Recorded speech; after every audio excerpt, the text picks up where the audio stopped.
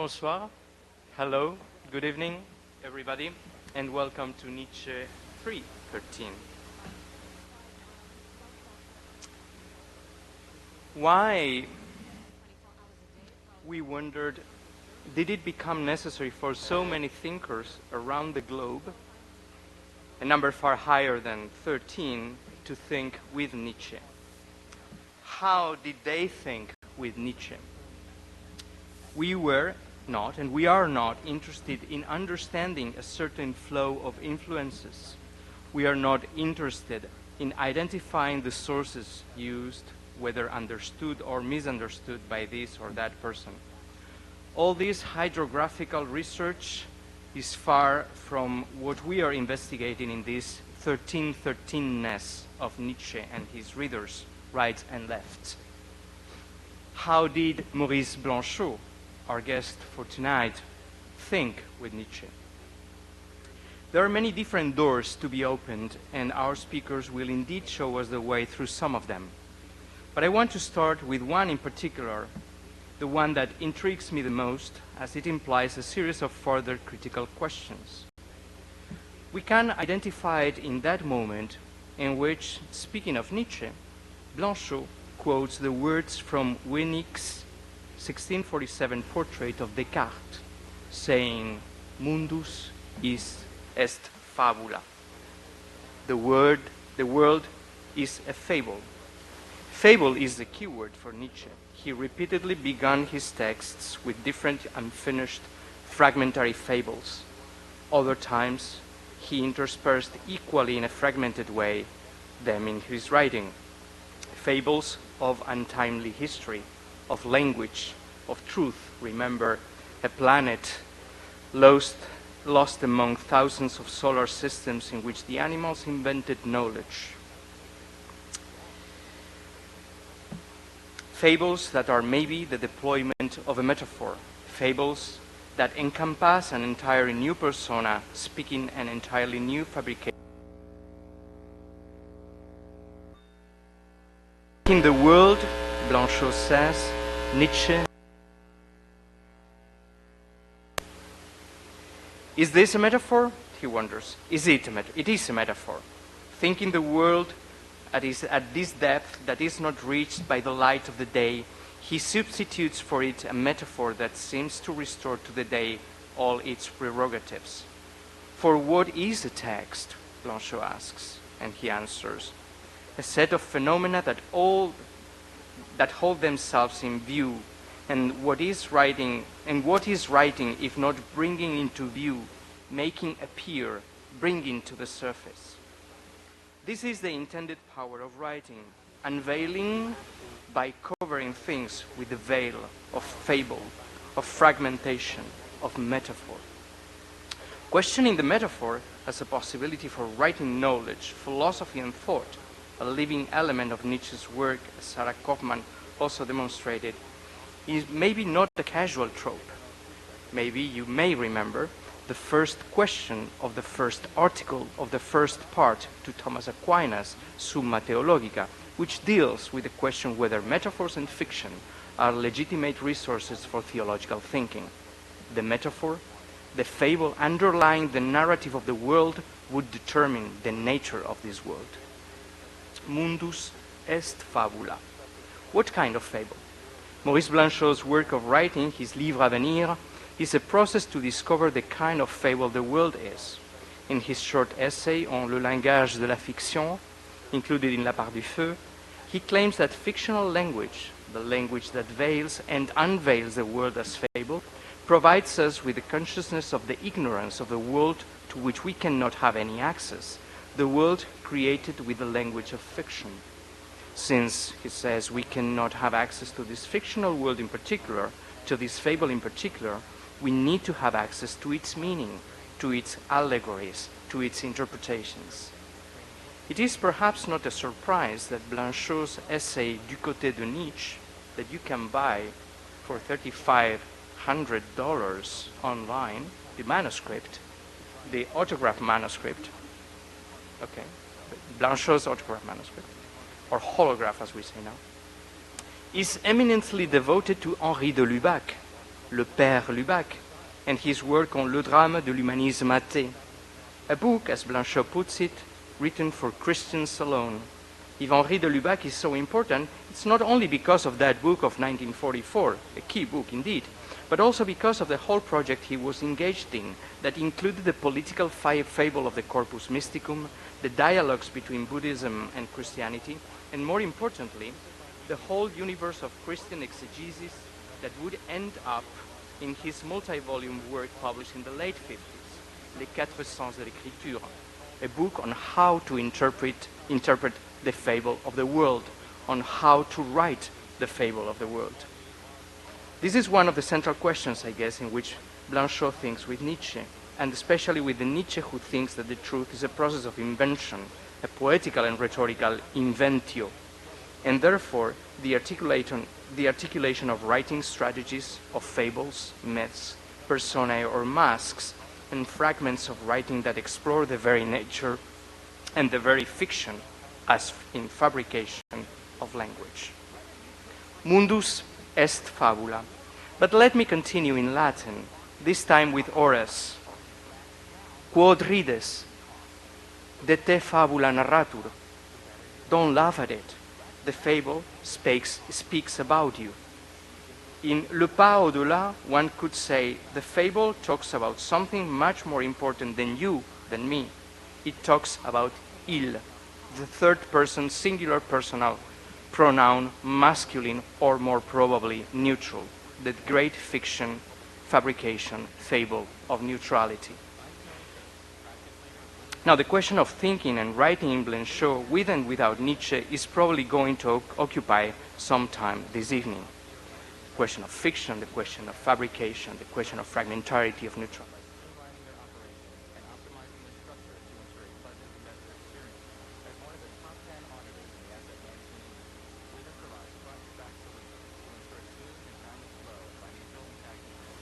Philosophy from the University of Amsterdam, and is an assistant researcher at the Netherlands Organization for Scientific Research.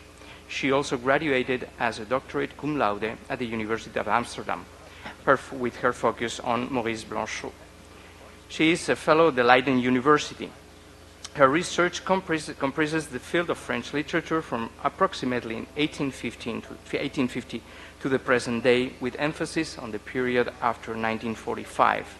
Some of the questions her research focuses on include literary criticism and literary theory in their interactions with philosophical and aesthetic issues, including the works of Maurice Blanchot, Jean Paulin, Georges Bataille, modernism and the question of literary creativity, particularly in the works of Marcel Proust, the memory of World War II and the Holocaust in French and French Jewish literature, the theme of the metropolis, Paris in particular, and its place in French literature from Baudelaire and Zola to the present day. Then our very own Etienne Balibar, who is a French philosopher and a professor and a friend at Columbia University. Okay, he has, okay, good, thank you.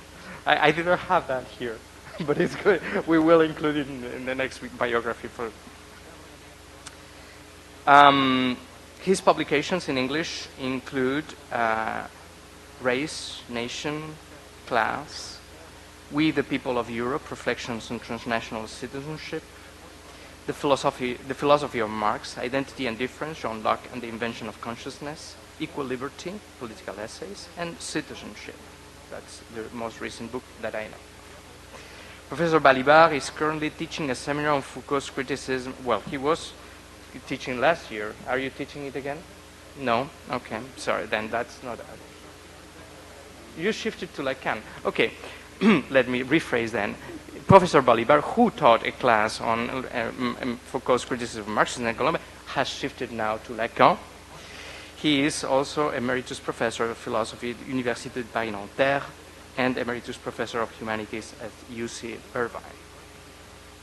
Patricia Dailey has been at Columbia since 2004 after holding a Woodrow Wilson postdoctoral fellowship at Northwestern University. She specializes in medieval literature and critical theory, focusing on women's mystical text and Anglo-Saxon poetry and prose. She is the author of Promised, one of my favorite books, by the way. Promised Bodies, Time, Language, and Corporeality in Medieval Women's Mystical Texts. Patricia is currently working on a new book, Responsive Subjects, Affect and Anglo-Saxon Literature, that focuses on Anglo-Saxon literature and the use of affect in medieval pedagogy. Her many articles have appeared in some of the best journals of the field. In addition to her work in medieval literature, she has translated works by Giorgio Agamben, The Time That Remains, Jean-François Lyotard, and Antonio Negri.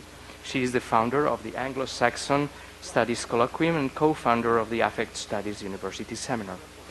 And then, my dear and admired friend, lawyer, legal scholar, political scientist, and critical thinker, founder and director of the Columbia Center for Contemporary Critical Thought, Bernard Harcourt, who will make a final few remarks, and we will be happy to moderate the conversation afterwards.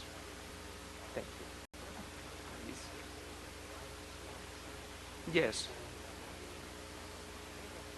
Yes. Yes. This is, you have to speak a little bit closer than usual. Mm-hmm.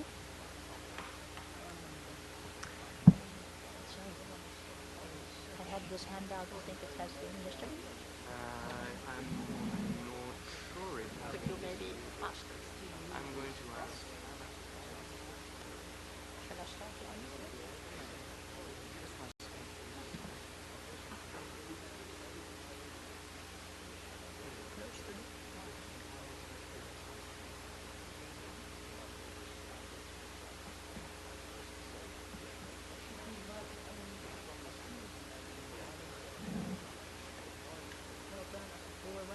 The handout has been handed out. You think so?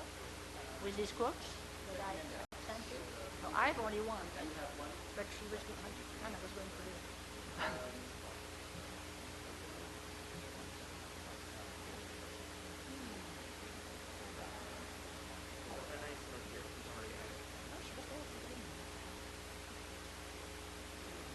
Well, never mind.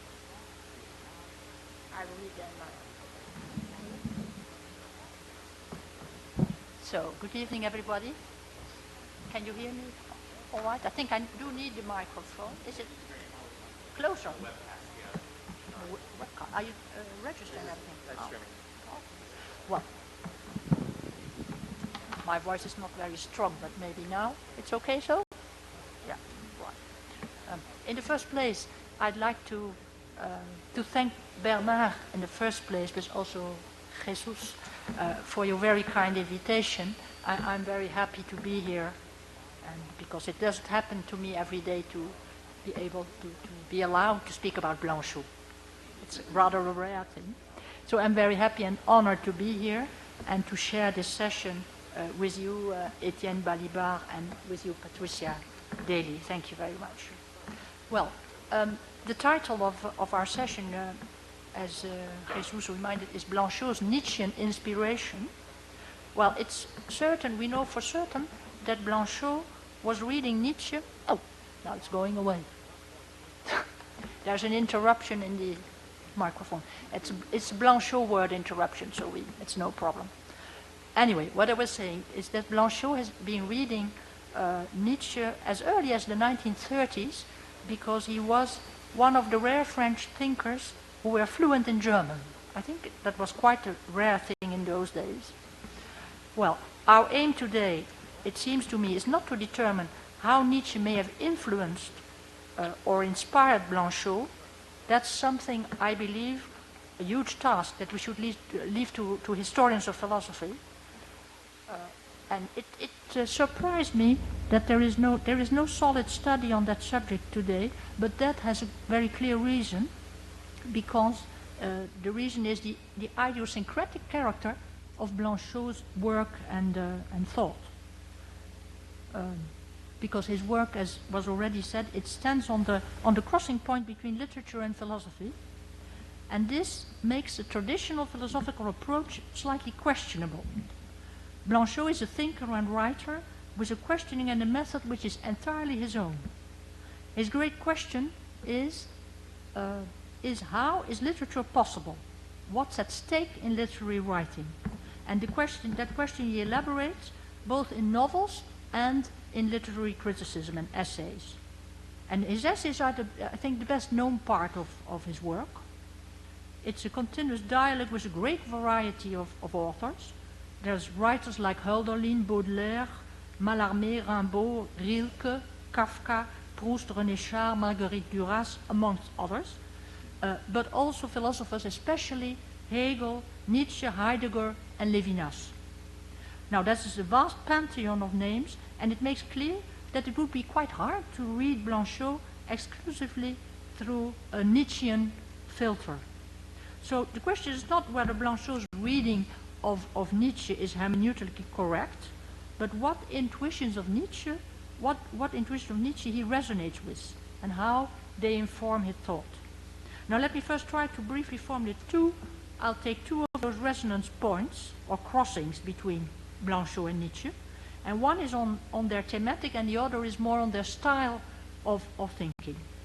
So the first point is what we could call the experience of nihilism, or negativity. That's the word that Blanchot prefers. Nihilism defined very, maybe simplistically, as a collapse or exhaustion of all transcendent meaning. And of course, in Nietzschean terms, it would be the all invading intuition that God is dead. Now, biographically, one should know that Blanchot, as a young man, he was originally a fervent Catholic, a practicing Catholic. He lost faith in the 1930s, and maybe the strongest testimony of this experience is his first novel. His first novel is called Thomas l'Obscur, was published in 1941. And here the collapse of transcendent meaning is experienced by a character, and this character experiences radical loss of the self, a depersonalization, which makes him fall into night and absence. Night and absence are the two experiences described in Thomas l'Obscur. So that's for my first point, the experience of nihilism or negativity. The second crossing point is Blanchot's intuition that nihilism is experienced preeminently in art, more particularly in literature, or what he calls writing, l'écriture. And therefore for Blanchot, literature, for him, it's not only the core of his questioning, it's not only his theme, but it's also the medium in which he thinks about literature. So literature and art have a privileged relationship to negativity. And that's another common point with Nietzsche, for whom, of course, art, and especially poetry, rather than philosophy, is the first knowledge. You know the famous word by Nietzsche, that poetry is there to liberate us from truth. So as a poet-thinker, who especially in Zarathustra dramatizes philosophical thought, so in that way too, Nietzsche was certainly an important figure for Blanchot, because his work, he also tries to do something bridging literature and philosophy. So let me sum up the gesture of Blanchot's work in Nietzschean terms. It would be something like literature as a descent into the pits of nihilism, of the death of God. And then the question that occurs to me is, could literature also be a way of coming to terms with nihilism, or going beyond it? Now from Blanchot's earliest works to the writing of The Disaster, which was one of his later books of the 80s, Blanchot obsessively worked on the question, what survives after the ruin of everything? Does anything survive after the ruin of everything? And in order to better understand that question, I'll give a kind of short topos on Blanchot's questioning of literature, and then if there's time I will focus on a single question, which is Blanchot's conception of a specific temporality of writing, and the relation thereof, of that temporality, with the idea of eternal return. So my first part is about the epigraphs of the Infinite Conversation, which is the fat book that we have here in English and in French. And in fact, I prepared a handout for you with the quotes that I'm going to read to you, but I think you haven't got it, so nothing. I'm going to try to read it anyway. So the idea is that we look at the first pages of L'Entretien Infini, the infinite conversation starts with a page where you have, if you have the book, you can look at it, you have 5 epigraphs, which is quite a lot to start a book with, I think, 5 epigraphs. You have the epigraphs first, the exergue, and after that you have the opening note. And this opening note is also a crucial text. It's just 2 pages where Blanchot tries to say everything at once. Now, let's start with those 5 epigraphs. 3 of them, the middle ones, they come from the infinite conversation itself. So it's self-quotation, what he's doing there. And each of them announces a key feature of the book. But what I'll speak about, the most important ones are the first quote and the last quotation, because the first is by Mallarmé and the last one is by Nietzsche. Now in that way, they strategically enclose the other 3 epigraphs that are in the middle. And you could also say that these 2 quotes, starting with Mallarmé, finishing with Nietzsche, that they open and close the entire book. So 400 pages of infinite conversation. And what Blanchot does, in fact, is that he places his book under a double sign. Mallarmé on the one side and Nietzsche on the other, which is a strong rhetorical gesture. And those 2 quotes, they point in the same direction. Now the first quote is very short. This mad game of writing, ce jeu insensé d'écrire, this mad game of writing.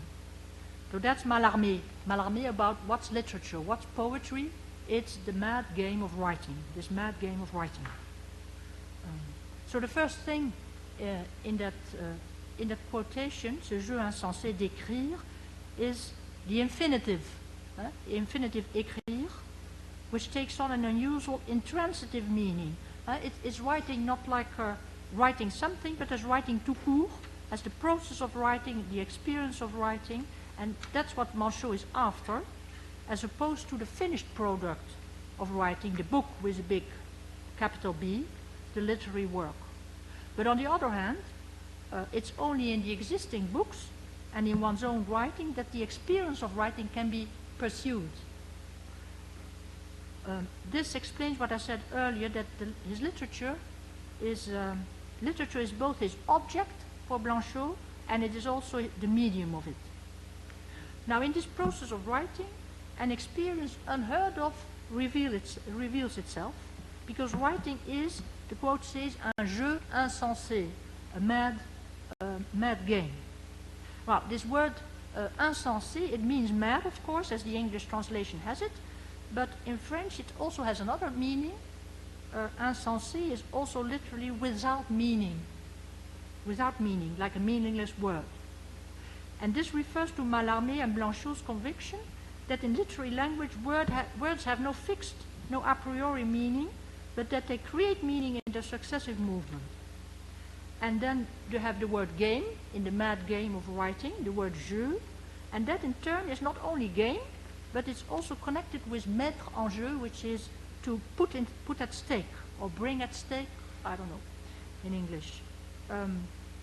So that's precisely the question that Blanchot is putting. His general question is, what is at stake in the fact that something like art or literature exists?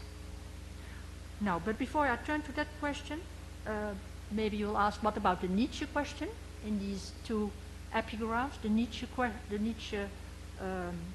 quote, which is, speaking is a fine madness, with it man dances over and above all things. Now that quote seems to echo the Mallarmé phrase. This Nietzsche quote, it's taken from Zarathustra, of course, from his speech to the serpent and the eagle. And the passage is an ode to language, glorifying language, the virtues of language and words. And in the end, Zarathustra's favorite animals respond by stating the eternal return of everything. I quote, everything goes and comes back. Everything dies and comes into bloom again. End of the quote. Now, by quoting the line about speaking as a divine madness, Blanchot announces already that eternal return is going to be something very important in this book. and more explicitly announces many key features of the infinite conversation. That's of course always the function of epigraphs. So the word, the fact of stressing this word speaking is a fine madness. It already points to Blanchot's own experimentation with language and speaking in the infinite conversation. In French it's called l'entretien infini. Entretien is both conversation, dialogue. It's a very specific kind of dialogue that we may talk about during the discussion. So that's for those epigraphs that I hope you can reread later. I now will be saying a word about this introductory note of infinite conversation, those 2 pages of the book where he formulates his questioning in a very bold and dense way, writing as the infinitive, still écrire, remember, an infinitive. Writing is not something given, the corpus of literature as we know it, but it is a movement. It's a force of contestation, of refusal, of a violent force, bringing everything into question, putting everything at stake. So I would like to read one central passage of the note with you, and well, I just read it aloud and we'll see if it passes. Through its own slowly liberated force, the aleatory force of absence, writing seems to devote itself solely to itself as something that remains without identity, and little by little brings forth possibilities that are entirely other. An anonymous, distracted, deferred, and dispersed way of being in relation, by which everything is brought into question. And first of all, now what does writing bring into question? First of all, the idea of God, of the self, of the subject, then of truth and the one, then finally the idea of the book, capital B, and the work, capital B. All these words are capital, with a capital anyway. So that this writing, far from having the book as its goal, rather signals its end, the end of the book. A writing that could be said to be outside discourse, outside language. So the note is very compact, and this quote is even more compact. That's why it's a pity you don't see it before your eyes. I will comment on a few of those terms. First of all, it starts with writing, that writing would be a force of absence. And that Blanchot already writes about this in La Part du Feu was mentioned. That's an earlier book by Blanchot. And there you have this crucial essay called Literature and the Right to Death. And there he states that writing is a force of negativity affecting everything. As a force of negativity, it affects language, it affects the self, and it affects reality in its coordinates of space and time. And as a force of negativity, writing upsets everything, unsettles everything, all these levels of human experience. It turns them inside out, showing what Blanchot calls their other version. The other version of time, the other version of space, the other version of language. So that's the first point, writing as a force of absence. A second point is that writing brings into question the self. All the authors that Blanchot writes about, they experience writing as a kind of autonomous force with no goal except itself. And also they experience that writing implies a kind of depersonalization of the author, of the one who is writing. A kind of loss of identity, loss of the self. And this is again in his first novel, in Thomas l'Obscur, that you can, that experience is described. But the most clear way that he demonstrated it, that Blanchot demonstrated, is probably about Mallarmé. He often quotes this famous sentence by Mallarmé in one of his letters, where he says, "My dear friend, I finished my poem, je suis parfaitement mort." I'm perfectly dead. It's not I who is speaking in my poems. Not I, Stéphane Mallarmé, but an anonymous voice. And well, that has to do, it's maybe one of the earliest expressions of the idea, this experience that once a book is written, then it dismisses the author. The author is finished with it, and the book itself stands away as dismisses the writer. So that's very briefly about what he means about writing, deconstructing, could say, deconstructing the self. Now, third point is that writing brings into question language, reality, and truth. Three huge concepts, of course. The idea is that writing turns inside out current instrumental language. Now, there is a language, a kind of daily language that Blanchot calls discours, which is, he sees it as the language of representation, the language that tends towards identity and unity. Well, that's not at all what he experiences in writing, because writing is an endless force of negativity and absence. It's the words going beyond the meaning, their own meaning, writing turning in this negativity. Writing turns the words into material entities. In a poem, words, in fact, in a Mallarmé poem, often words do not mean anymore something fixed, but they are made of sound and rhythm. And language just, for Blanchot, language has a nihilist vocation. But the most striking thing is that in this whole endless movement of annihilation, what you encounter in the end is not nothingness, but being. Being, endless being, or the bare fact of existing. What Lévinas maybe would call il y a.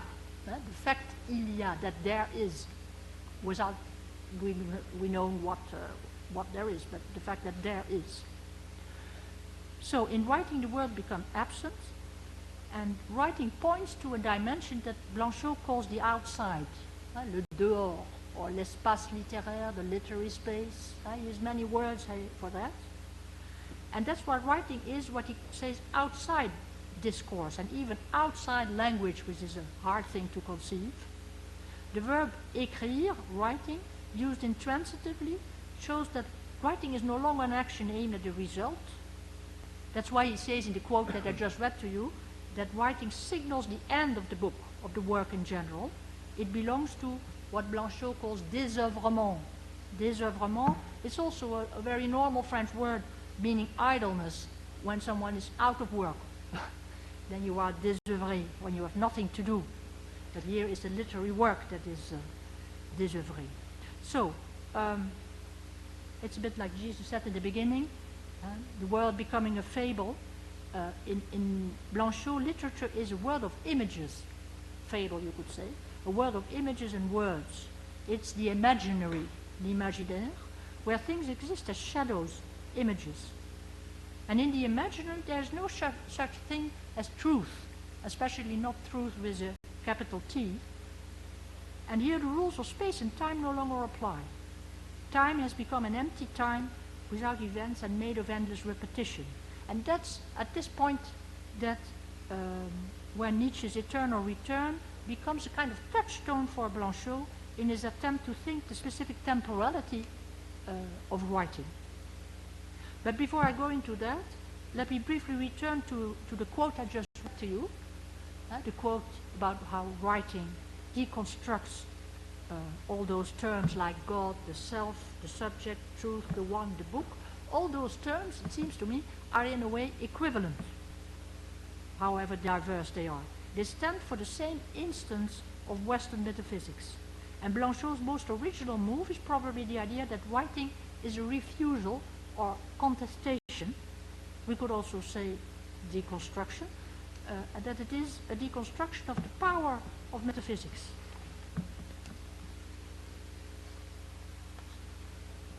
So, I now come to my third, last part, and that's a small attempt to connect Blanchot with the idea what he does with the eternal return, why it interests him so much in infinite conversation.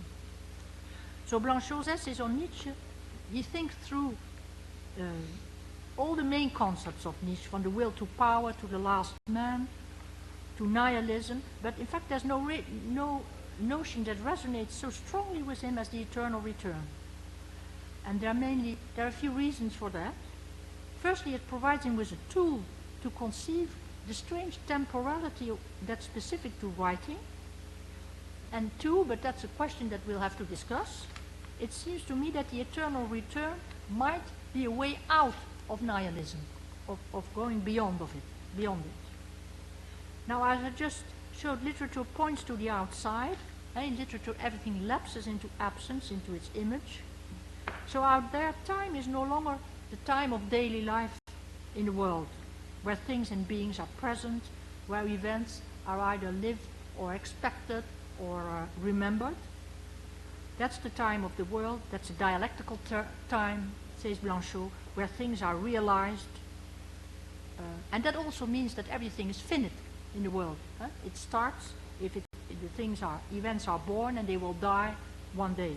Now that's, the temporality of writing is all different from this daily chronological time. Because there, says Blanchot, in literature, there's no time, there is only the absence of time. Now, I've never found that a very happy expression of Blanchot, because when you say the absence of time, it wrongly suggests that literature is in some timeless realm of eternity, where all time would be suspended, and that's not at all the case, I feel. What's missing in the absence of time, it's not time itself, but it is the present. In the absence of time, you have no present. It's a temporality without present and also without presence. Not only without present, but also without presence. But present is precisely what makes it possible for something to come into existence and also to die, to end. So if you cut out presence out of time, then nothing will any longer be able to pass. Everything will be in its absence and persevere in it. And that's precisely the way that things exist in literature, as images. So the temporality of writing, Blanchot never tires of repeating that. The temporality of writing is endlessness. It's what he called l'incessant. Out there, things and beings are liable to endless return, to what Blanchot calls the impossibility to die. And in the realm of writing, there's no such thing as progress. There's only return and repetition. So that's the point where Blanchot is fascinated by Nietzsche's notion of eternal return. And there is a passage in The Infinite Conversation where he wonders why the eternal return is such an anguishing, disquieting thought for Nietzsche in Zarathustra. Now you may remember how in Zarathustra the dwarf sits on the shoulder of Zarathustra and points out to him the eternal circularity of time. And he says to Zarathustra, time itself is circular, we are imprisoned in it, we are powerless in front of time. The dwarf is the spirit of weightiness, and that's what Zarathustra, as you know, is fighting against. That's the fatalistic conception of time that he tries to transform. In particular, in German it's called the Nachtwanderlied. I don't know what it's called in English, but the night song or something. It's a very beautiful chapter of Zarathustra. And there, the ugliest man says to Zarathustra, now I quote, what this is, was this it, life, he asked, what I have lived, was this life? Then, let me say to death, come on, let us start all over again. Let life start all over again. In other words, at the moment of death, please give me the eternal return. Please let me live my life once more. And Nietzsche affirms that we must joyfully accept the external return, celebrate it, because it's not the return of the same, but of eternal change. It's life itself. So it seems that Nietzsche transforms this depressing thought of the eternal return into something, well, different and vital in any way. There's a kind of vitalist message in it, in the way that Nietzsche thinks it, which is altogether absent in Blanchot, and that's, I think, a difference that one should think about. Because for Blanchot, Nietzsche's great discovery is that the eternal return, although it's at the heart of nihilism, does not affirm the nothingness of everything, but states being itself. States being itself in its most basic sense. But this is also what makes the eternal return so frightening, says Blanchot. He quotes Nietzsche saying, "Let us think this thought in its most terrible form. Existence as it is, without meaning or aim, yet recurring inevitably, without any finale or nothingness. The eternal recurrence." End of the quote. The profound truth of the eternal return is that it's not tied to nothingness, it doesn't lead to nothingness, but to being, Blanchot says. And he states that being is inescapable, that, I quote, "nothing ends, everything begins again, that the other is still the same." And this implies that there may be no refutation to nihilism except when you affirm it and confirm it with a Nietzschean yes, ja, Bejahung in German. In the other essay about the eternal return on a change of epoch, Blanchot wonders what this affirmation may mean. He asks, is eternal return, I quote, the affirmation itself, the affirmation that only affirms? In other words, is it an empty affirmation? But what precisely recurs in the eternal return is the question. For Blanchot, it is only return that recurs, but that which returns is never the same. So it's only return that keeps coming back, but what returns is not the same. Why? Because even if something repeats itself, in repetition there is difference. And that, of course, afterwards Deleuze took it up and everybody. But Blanchot already said it in, what was it, 64 or something. Well, I don't know, Différence et Répétition was also in the 60s. 67. 67, right, so it's more or less the same time. They all read each other, so it's not so interesting who was first.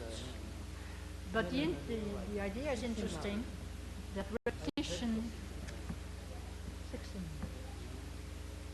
Okay, anyway, it's all in the 60s. But the idea is that in repetition itself, there is a kind of, in all movement of repetition, there's a shifting, however slight, a displacement or a deferring. There's already also the word différence, of course. So eternal return is not a circular, sterile movement, but it's life itself. And there I think Blanchot is in harmony with Nietzsche. I'm nearly finished. But nevertheless, in their conception of life, Blanchot and Nietzsche seem quite far apart. Nietzsche conceives this extrovertly in terms of dance and singing, Dionysiac, dithyrambic life. But for Blanchot, it's the affirmation of life at this very basic level of being, of existence, where living is equivalent to a permanent suffering and unhappiness. Souffrance and malheur are also themes, of course, of the infinite conversation. So the quote from Nietzsche about existence as recurring inevitably without ever attaining nothingness is so important for Blanchot because it expresses the core of what the experience of literature, of writing is about for him. So literature is a very radical experience for Blanchot, a language where the world lapses into an everlasting absence, which is equivalent to existence itself.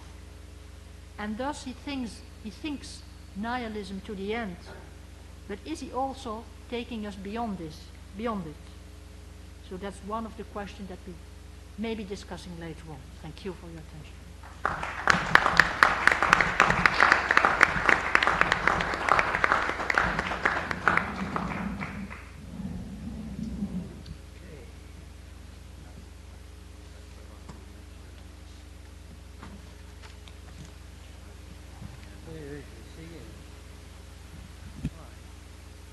Can you hear me?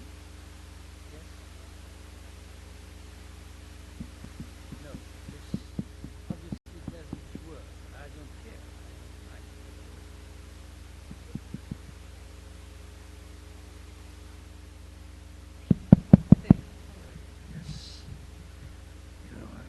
is I have so many sheets of paper. Oh, that's good.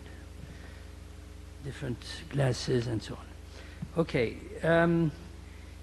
I want to express as well, like Annelies, my deep gratitude for the invitation.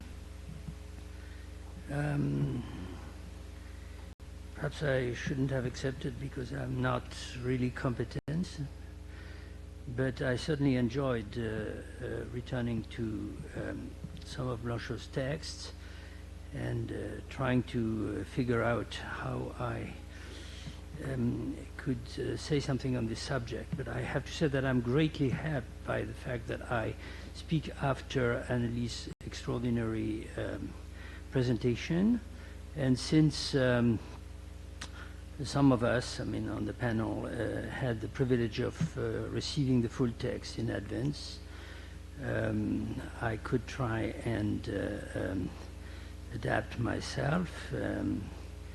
And in fact, what I'm going to present are something like 2 footnotes to what she has said. It is certainly not a presentation of the same degree of coherence, I would say, and precision.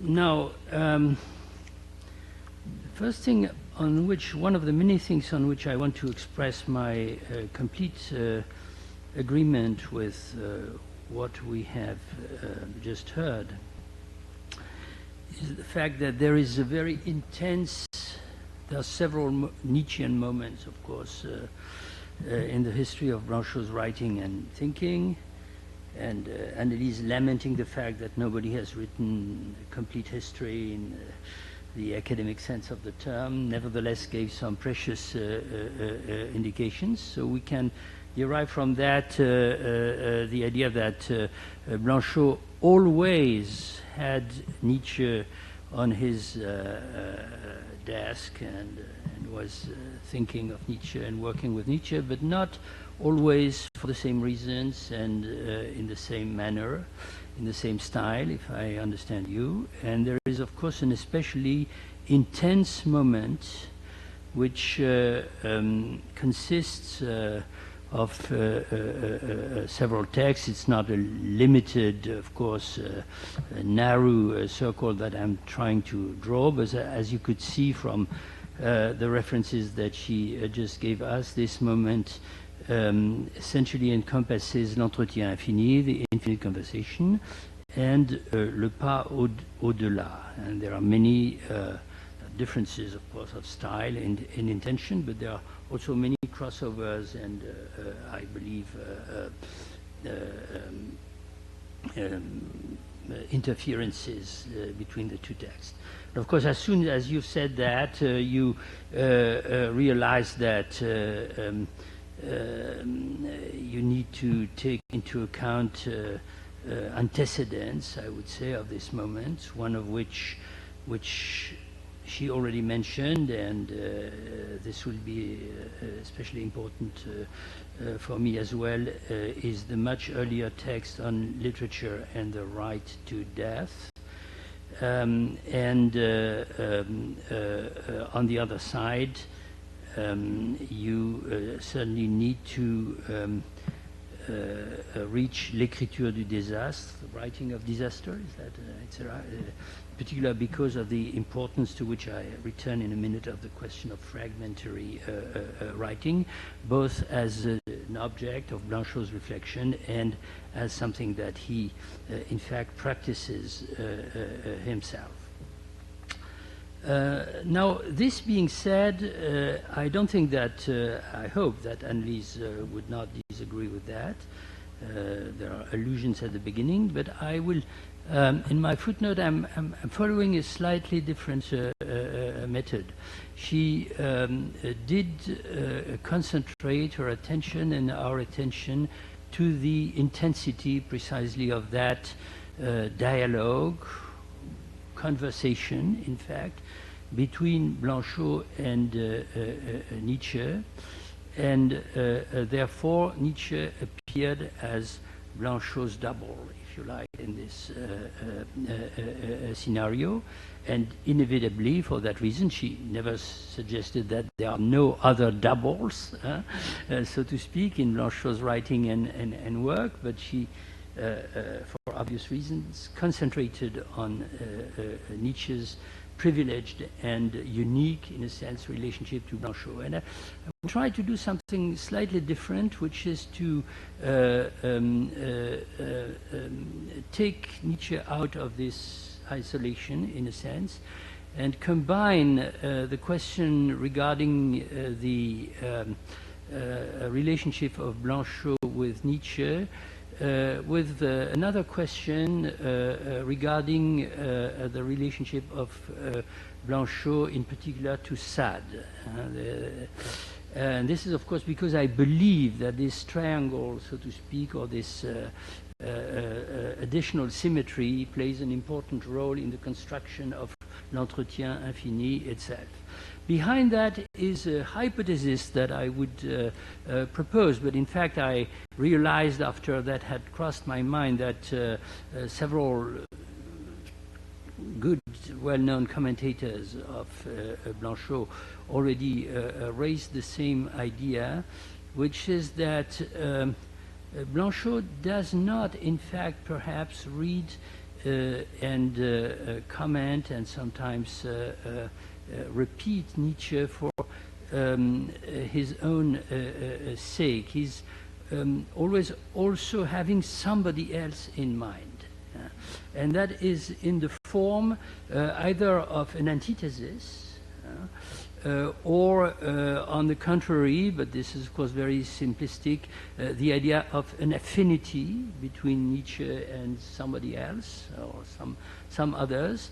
And of course the most interesting moment comes when you realize that between antithesis and affinity you cannot always, and most of the time you cannot draw a perfect line of separation.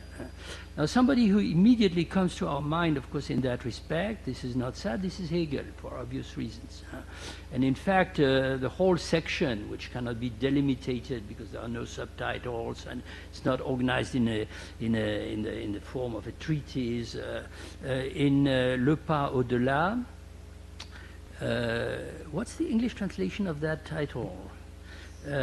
As in your presentation, we are immediately confronted with the fact, of course, that Blanchot, like some others, in fact, in French, this is sometimes considered a very bad side of French philosophy that good philosophers normally avoid, are continuously playing, in fact, on the different semantic values of a term. So, le pas au-delà, of course, in French, you hear two things. You hear the step beyond, so overcoming or going beyond something or some place, and you hear in the form of a quasi-injunction, the not beyond, not beyond. So it's a good example of antinomic formula in which you have both the meaning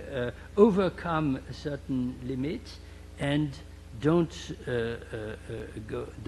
cross that threshold. Okay, so in the section of Le Pas au-delà that discusses at length and proposes many variations on the idea of the eternal return, Hegel is constantly there, and he's continuously there. In a sense, and perhaps if I have time, I'll return to that because you have the same idea in l'entretien infini as, I would say, the adversary, so that seems to resonate with a broad idea that we have that Blanchot, like several other French writers, thinkers, and philosophers of that period, was particularly attracted towards Nietzsche because Nietzsche was the anti-dialectician. But and that is certainly in the text, combined with the idea, for example, that the eternal return is in a sense the negation or a suppression of the idea of the end of history or the absolute spirit that Hegel has put at the center of his system.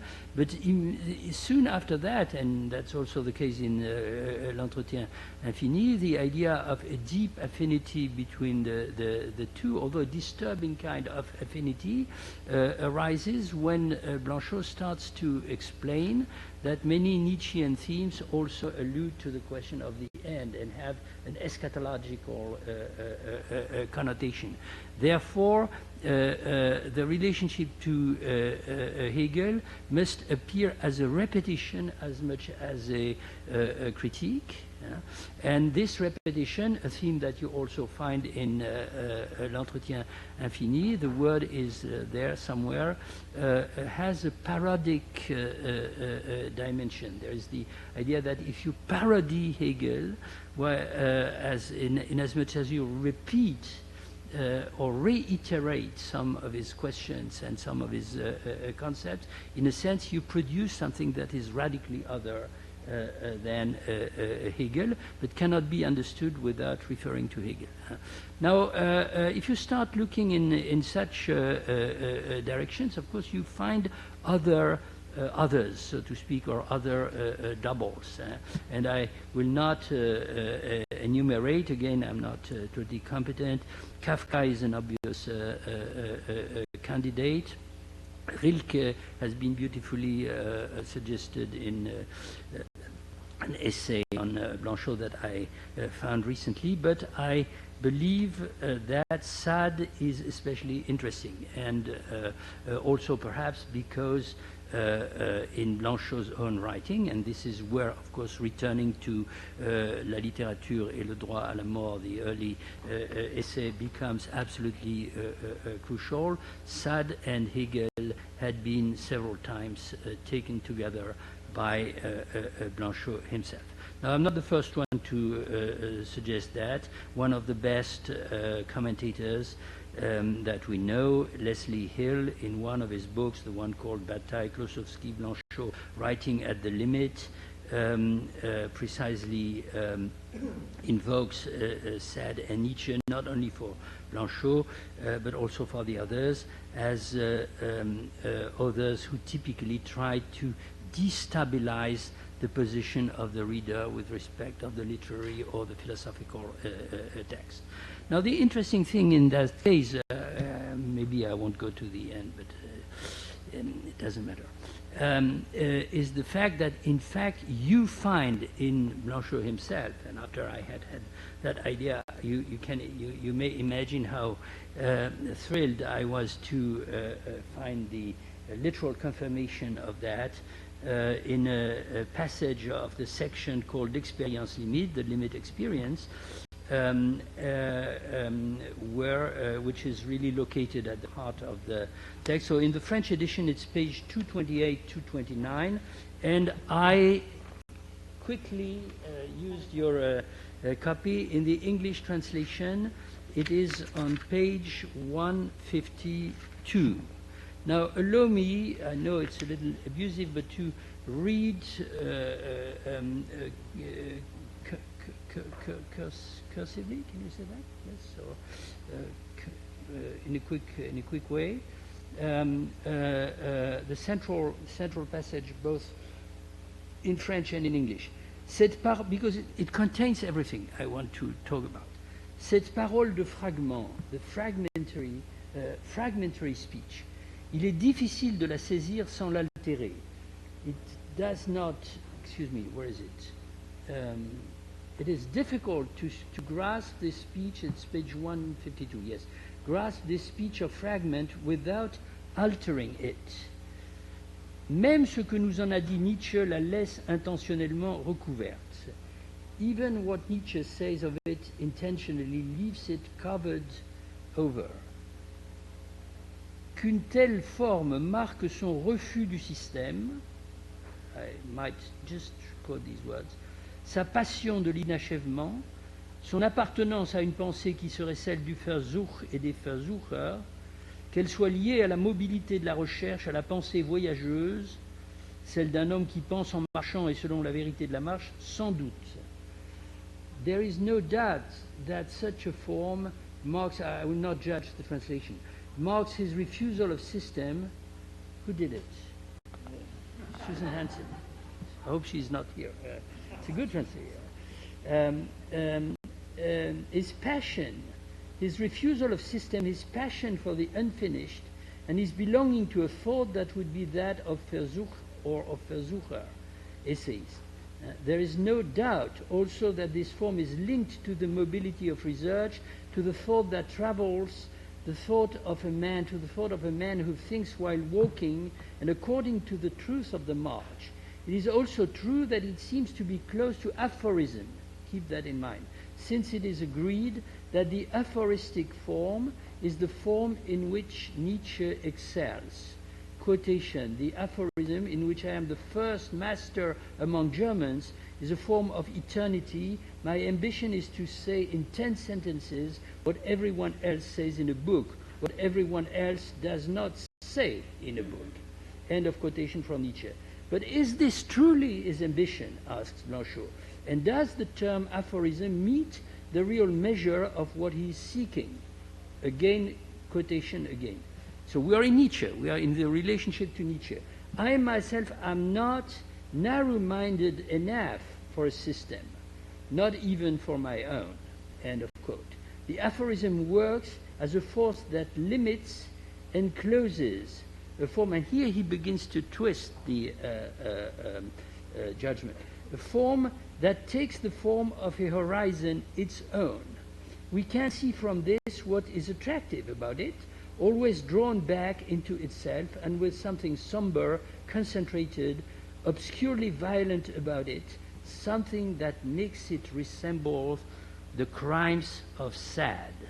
Quelque chose de sombre, de concentré, d'obscurément violent qui l'a fait ressembler au crime de Sade. Entirely opposed to the maxim, that sentence designed for the beau monde and polished until it becomes lapidary.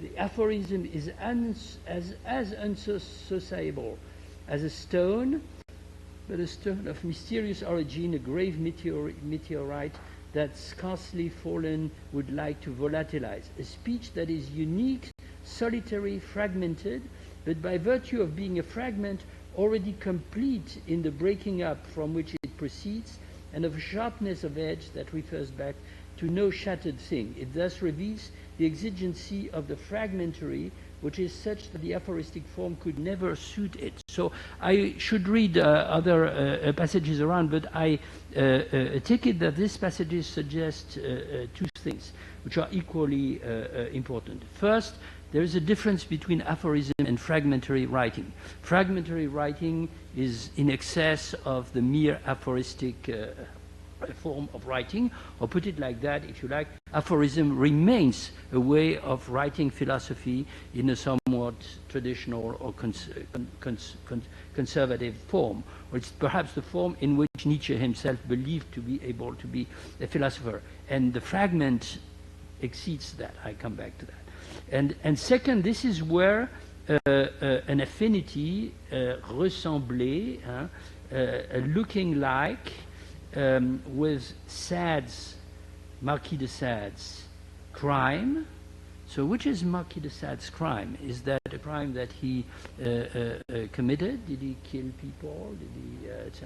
No. Of course, he behaved badly with respect to women and men in many circumstances in an erotic manner, but he never committed any crime. And so I take it from the context that, of course, Sade's essential crime is his writing itself. It's the criminal dimension of his crime that we will, of his writing, that we will be able to associate with a specific formula in a moment. And of course, this is problematic because if somebody does not write in a fragmentary manner, this is Sade. I mean, Sade writes in the form that is almost exactly the antithesis of a fragment. It's rhetoric, argumentative, and narrative discourse in a very, you might want to say that the fragment, of course, is a kind of restrictive way of writing, whereas, of course, Sade's writing is inflationary in the greatest possible sense. Now, this I take to be the possible starting point. There are other places in the text where affinities between Nietzsche and Sade are suggested or even indicated, some of which, of course, are in a sense deeply disturbing, such as several references to the idea that man is the indestructible that can be destroyed.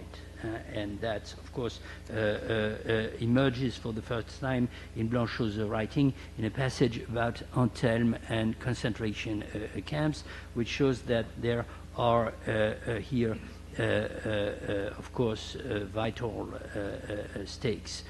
And finally, the other indication that I believe is important has to do with the return, I would say, in several places of the book, I have references here, of the formula that this time in the later chapter dealing specifically with Sade, Blanchot proposes at the end as the summary and concentrate, I would say, of what is important in Sade, either philosophically or more precisely in his relationship to philosophy. And of course, this is again a strange moment. So where is it in my text? Sorry. This is a complicated, intricate moment because there, I'm sorry, I I am lost in my pages. What Blanchot does is interpret, or yes, it's the end of L'insurrection, la folie d'écrire, insurrection, the madness of writing. So in the French, it's page 343 and or 42. No, excuse me, 3. Yes, sorry for that. 342, and in the English, it's page 229. But I will draw your attention again to a problem of translation. The French here writes the following at the end. It's a eulogy, declaration of enthusiastic admiration from for the liberty that Sade had in his writing against prejudices and police operations. Il y a toujours un Bonaparte. There's always a Bonaparte with his morality that oversees us. And he ends like that, and the risks he was taking, of course. Car c'est bien là la vérité de Sade, une vérité d'autant plus dangereuse qu'elle est claire, lucidement proposée, simplement exprimée, précisément à la dernière page des prospérités du vice. Prospérité du vice is a Sade novel also known as Juliette, et sous la forme la plus lisible. So, the English reads, excuse me, where is that? I said 229. 229, yes. For this is surely Sade's truth, a truth all the more dangerous for being clear, lucidly proposed, simply expressed, and in the most legible form, precisely on the last page of the prosperities of vice. And here Blanchot uses a capital writing as if this were an inscription, if you like, equivalent to the Declaration of Rights of Man and the citizen in some sense. So I haven't returned to, I have an edition of Juliette that I downloaded online which doesn't have these capitals, so I'm not able to say this is an invention of Blanchot, if it is in Sade's text, but in any case it's meant to very strongly emphasize and give something like a lapidary value to the phrase. À quelque point qu'en frémissent les hommes, la philosophie doit tout dire. And here, of course, there's a problem in translation because the English has, however much mankind, or men, or humans, may tremble, be frightened and tremble, philosophy must say everything. But if I still have a minute, I return to that. La philosophie doit tout dire. You may want to propose some variations on the translation. It must say the whole thing. It must say the thing in its totality. Where there's a negation of the negation, of course, that is implicit here. Nothing must remain unsaid. And the question will be, of course, first, is it possible that nothing remains unsaid? And second, what would it be that would make it difficult or problematic to cross that limit? Now, I believe I've been already, in fact, much too long. So what I wanted to suggest was that the reason why Blanchot, one of the reasons, I don't say this is the whole thing, we had very substantial presentation before which said something slightly different, but the main, one of the main reasons why Blanchot is interested both in Nietzsche and Sade and would want to put them together or build this complex web, I would say, of affinities, assonances, cross-references, and articulations between them, is the fact that has to do with the status of philosophy. It is the fact that Nietzsche and Sade exceed philosophy. Now, to exceed philosophy is a formula that I take. I try to be in Blanchot's state of mind or mood. It is not that something like after you've done philosophy, you go beyond. You make a step beyond. You leave philosophy and you do something else. It is something like you have to take the verb in its transitive value, not as to overcome, but as to make excessive. So Hegel and Sade have this point in common, Marquis de Sade, that they make philosophy excessive. So they are not stopping to do philosophy. They're completely doing philosophy, but they're doing philosophy in such a manner that it makes it excessive. With respect of what? With respect of its internal norms, with respect of its traditional goals and functions, which are, of course,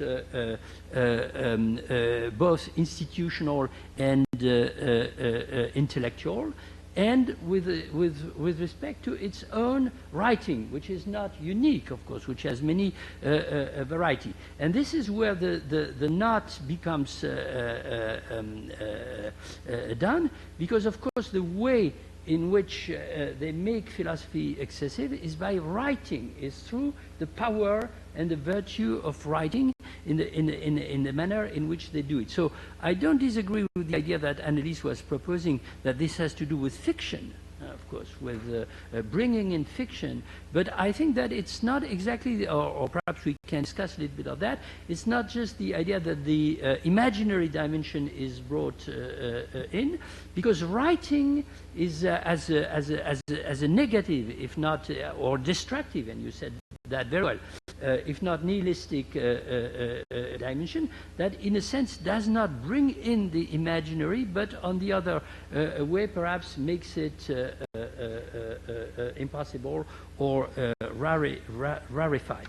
Now, in the text, there is another suggestion to which I could devote some time, but I leave it, and that will also resonate with something that Annelies has said. Of course, there are many striking formulas, such as, for example, l'écriture d'effraction, writing as breaking, as breaking up, so to speak, philosophy, as if philosophy were a kind of part, if you like, flower part. And above all, there is the important passage where Blanchot writes the formula "Nous avons perdu la mort," which has been, of course, haunting many more recent philosophical and literary texts, at least in French. Jean-Luc Nancy is an important example. But what is striking, I believe, is that what Blanchot seems to suggest is, if you take seriously the idea that philosophy is written, that philosophy is writing, is an activity of writing, which in that sense, of course, gives it an essential literary dimension that it cannot avoid, that it cannot eject from itself, however strong the efforts made by philosophers can be. This amounts to retrouver la mort, or to have death returning from where it had been expelled from. And of course that explains why Hegel is so important as the third interlocutor in the conversation, because in the very text, this is at the beginning of L'Entretien Infini, page 46, 7, 9, 50, you'll retrieve that relatively easily. Of course, it's in the course of a commentary on Yves Bonnefoy, a French poet who just died, in fact. And so the objection immediately comes to Blanchot's mind. How about Hegel? If somebody doesn't lose death, if somebody doesn't expel death from the very core of his philosophy, because this is the heart of the dialectic known as the power of the negative, and very famous passages in Hegel's philosophy, particularly in the Phenomenology of Spirit, but not only identify that power of the negative with the emergence of the absolute master, death, in person, so to speak, in the middle of thinking and consciousness itself. This is really Hegel. So how could you say that philosophy, so to be the concept, he say in this passage, is a kind of strategy of immunization against the presence of death that philosophy as such would permanently wage? And of course the answer, which I don't want to oversimplify, of course, is that Hegel's dialectic is a tricky way of letting death enter in order to better neutralize it in the end, through the process, of course, of dialectical mediation and negation of the negation, which leads Blanchot to an extraordinary antithesis between what he calls la vraie mort. And don't believe this is a positive formula in the context. The true death is the death the philosophers talk about, particularly Hegel, the death that is has become a mediation on the way to truth. And on the other side, la mort sans vérité, death without truth, which I suggest may have something to do with what you said about existence. Now, of course, I have to stop there, and I had the continuation of that, so I will only give the two, because how long did I talk? Half an hour, no? 40 minutes, yeah. So I really have to, no, I need to stop. No, okay, no. So, so let me suggest two ideas.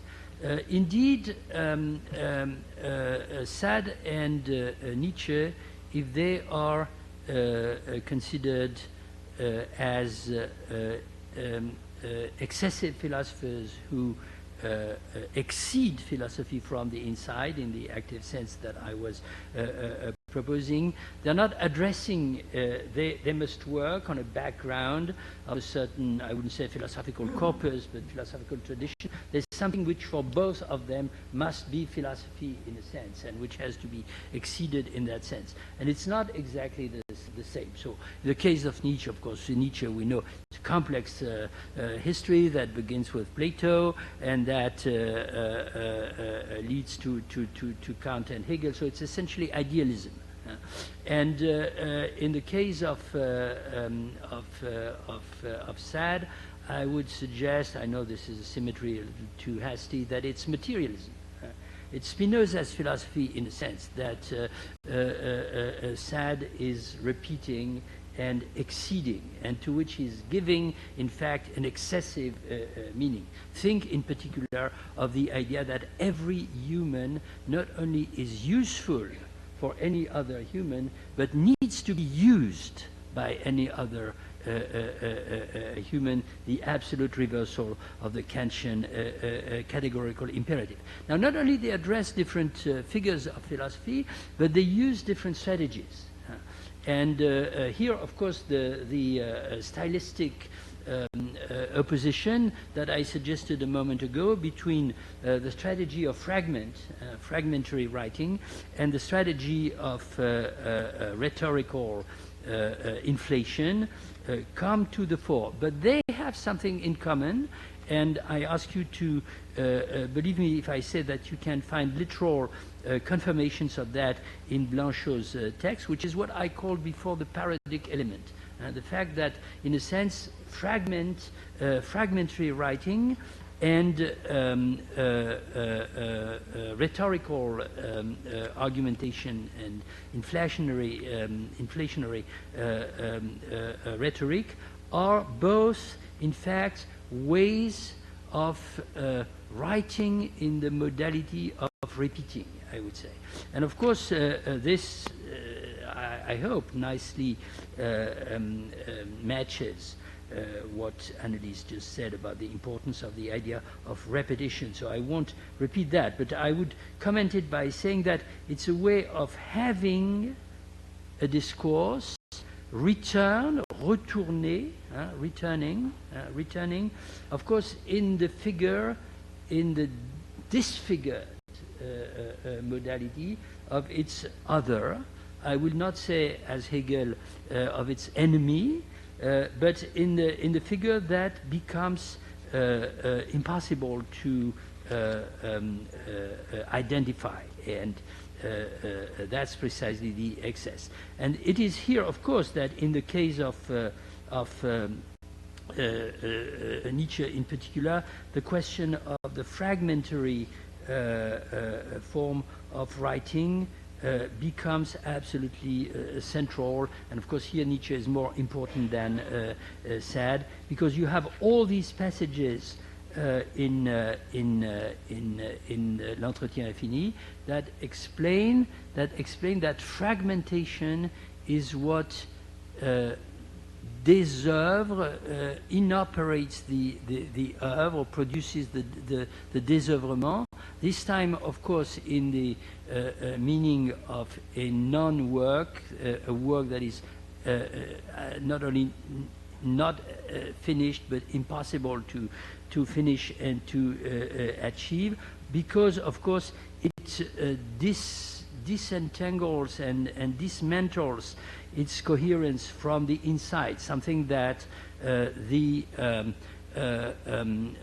aphorism alone is not able to produce. But this also communicates, so it has to do with the essential idea, anti-Hegelian par excellence, and I think that Sade could be also convoked on that side, that is insisted upon in Le Pas au-delà, that he says has to do with a certain way of having contradictions emerging in the discourse, not as the opposite of truth or tautology, and of course also not as something that needs to be overcome, but as something that needs to remain and will eternally or indefinitely remain, even if it is permanently displaced. So Nietzsche and Sade, one of them in the fragmentary form, the other one in the rhetoric, I would say discursive form, they produce contradictions.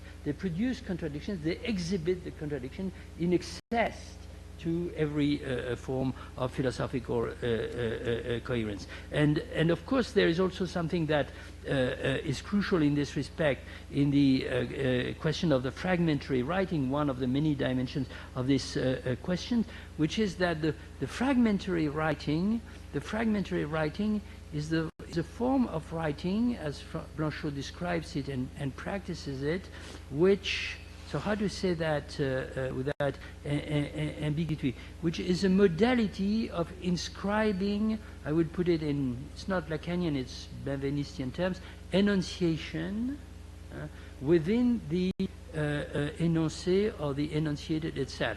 But it introduces enunciation, not of course in any subjective form, not in the form of an I who would intervene in the course of his own discourse, also not in the form of a you, although that plays an important voice, but in the form of what Blanchot calls the neuter, or the he, or the il. Il in French has no gender. It's well, it's masculine, but it can, and therefore can be located in between persons. And I believe that this could lead us to a last remark that I want to propose. Blanchot's essay on Sade, the best known of his essays on Sade, has two different titles. L'inconvenance majeure, because it was republished. The major, what is the translation of that? L'inconvenance majeure, the inconvenience, obscenity. Obscenity would be a better translation. And insurrection, the madness of writing. Now my suggestion is that the ultimate horizon towards which Blanchot is aiming, sometimes drawing from Nietzsche and sometimes drawing from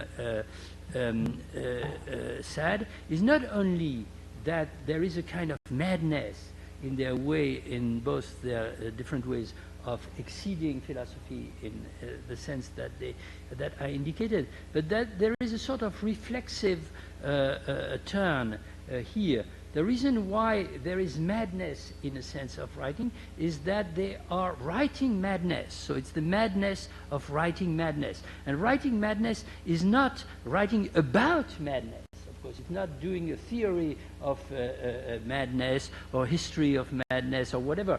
Leave aside for the moment what Foucault may have done with that. But the key formula that, of course, circulated among them being absence d'œuvre, la folie, absence d'œuvre. So it's entirely about writing the absence or the impossibility of the work itself.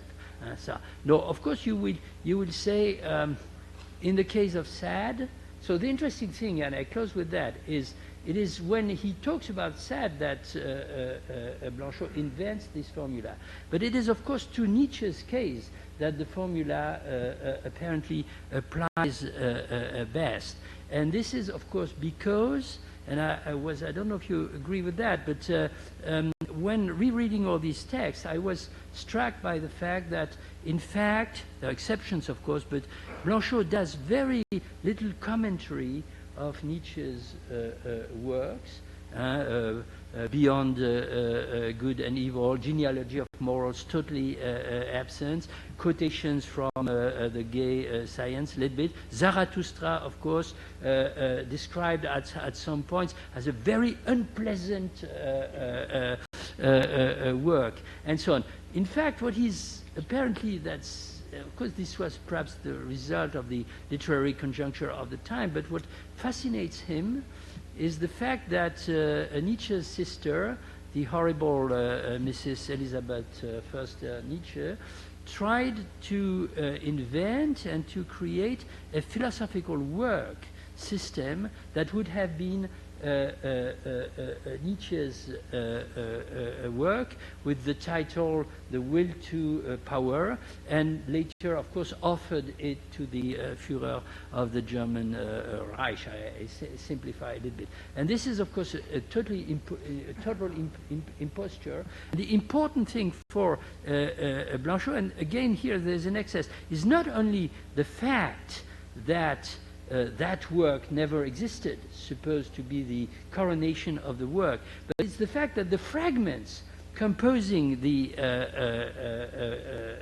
alleged, the Nachlass, etc., exhibit, in fact, the internal dissolution of Nietzsche's writing. They are on the verge, I would say, of madness. They are located exactly at the moment when Nietzsche's work finds its truth, or truth that belongs only to it, in a sense, in the history of philosophy, but of course at the risk, which would be immediately verified, of absence d'oeuvre, of total silence, and collapsing into madness. And I think that the reason why Blanchot takes them together is he believes that Nietzsche and Sade, in a sense, exhibit, of course, the intrinsic risk of madness that exists in philosophy everywhere, and makes philosophy possible. But of course, at the same time, philosophers are permanently busy with avoiding and putting at a distance with concepts, absolute knowledge, dialectics, and other such devices that he doesn't despise. Otherwise, there would be no philosophy. And of course, the list of mad philosophers in the history of philosophy is an interesting list. If you have a narrow criterion, there are only a few names. There are those who have been officially declared mad, like Sade, and you may object to that.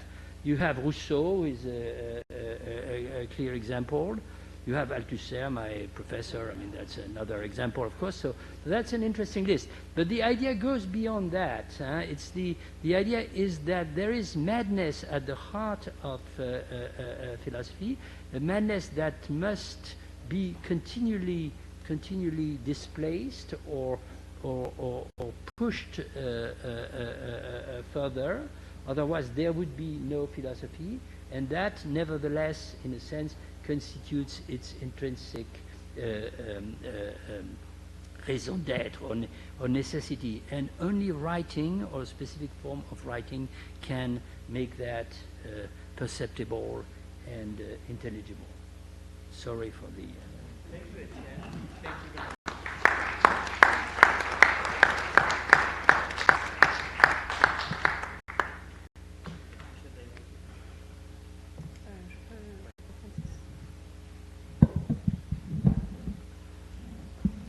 Can you hear me there?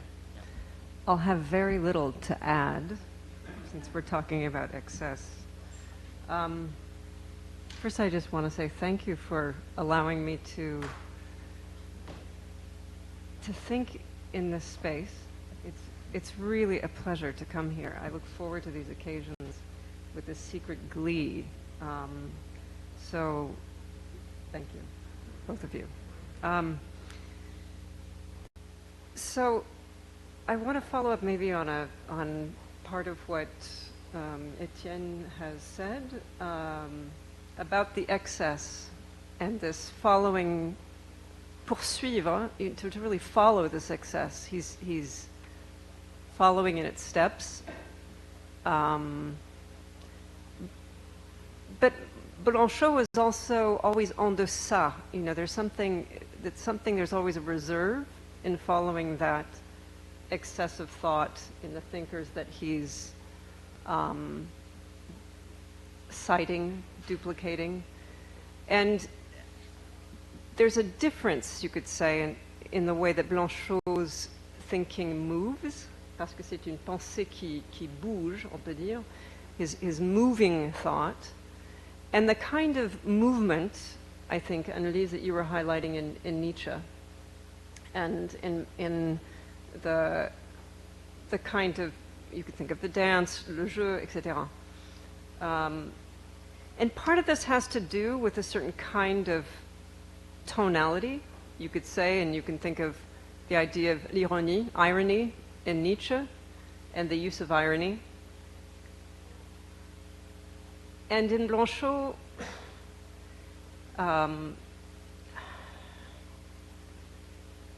you've talked about it as a parodic, you could say, path that Blanchot is following, which also has a different kind of passion and a different kind of movement. So what is this passion? What is this force? I guess is my main question in trying to think through these differences, both with philosophy and with the way he talks about literature. How does he inhabit, or how does passion, you could say, expropriate him? Because there's a certain kind of appropriation of passion, you could say, in the rhetoric in Nietzsche that is displaced in Blanchot with this reserve, this capacity for reflexivity, but also for disbursement. There's a kind of a power of I don't know, the plural, le pluriel in Blanchot that is used differently than you could say in Nietzsche. The kind of the force of Nietzsche's plural voices, the force of opposition, you could say, is quite different than the kind of plurality that you find in Blanchot. So, my question. Annelies, you talked about a number of things in Blanchot, the literature as movement, a force of contestation, of refusal, a violent force that brings everything into question. And then the relationship of writing and nihilism in terms of language, as you say, it has a nihilist vocation. What one encounters is not nothingness, death, but being, endless being, or the bare fact of existing. But what is this, how do you think of this force of writing? I mean, this is a big question that Blanchot himself takes up, and he even cites Derrida when he says, how do you think of force in terms of light and darkness, as he says in Expérience, in L'Entretien Infini? And what kind of passion is at work? And some of the things, because even when he talks about being, it's partially in quotation marks. So the idea of suspense in Blanchot seems to be very important to think through what is the temporality of suspense, what is its tenor. Because it's sometimes spoken of as an exteriority, the exteriority of indifference, souffrance comme indifférente et non souffert et neutre. Si celui qui est exposé est privé justement par la souffrance de ce jeu qui la lui ferait souffrir. So it's a suffering as an indifferent suffering that is not suffered, and one that is neutral or neuter. That the person who is exposed to the suffering is deprived by the suffering of the I that would have made it suffer. So what is this this force of suffering, how can we understand it? And part of my, maybe I want to push people maybe in the direction or offer questions of the thinking of suspense, l'arrêt, and obviously l'arrêt de mort, the big text l'arrêt de mort, and l'écriture testamentaire, testamentary writing, and the way in which death, you could say about, Etienne, becomes part of this strange suspense that allows for the space of l'arrêt de mort, which is both literary or literature and not.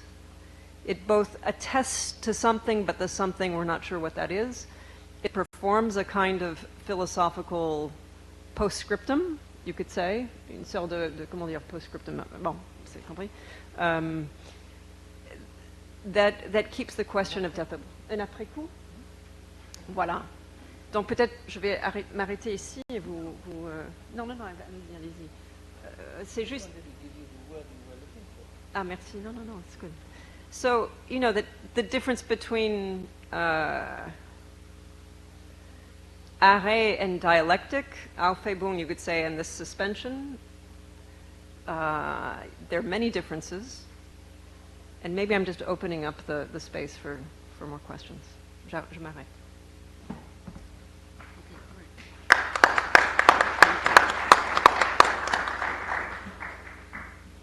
So let's start with some responses to those questions, and then maybe I have something another direction to go in, but it's a slightly different direction. So why don't we start with that, start the conversation here. Annelies.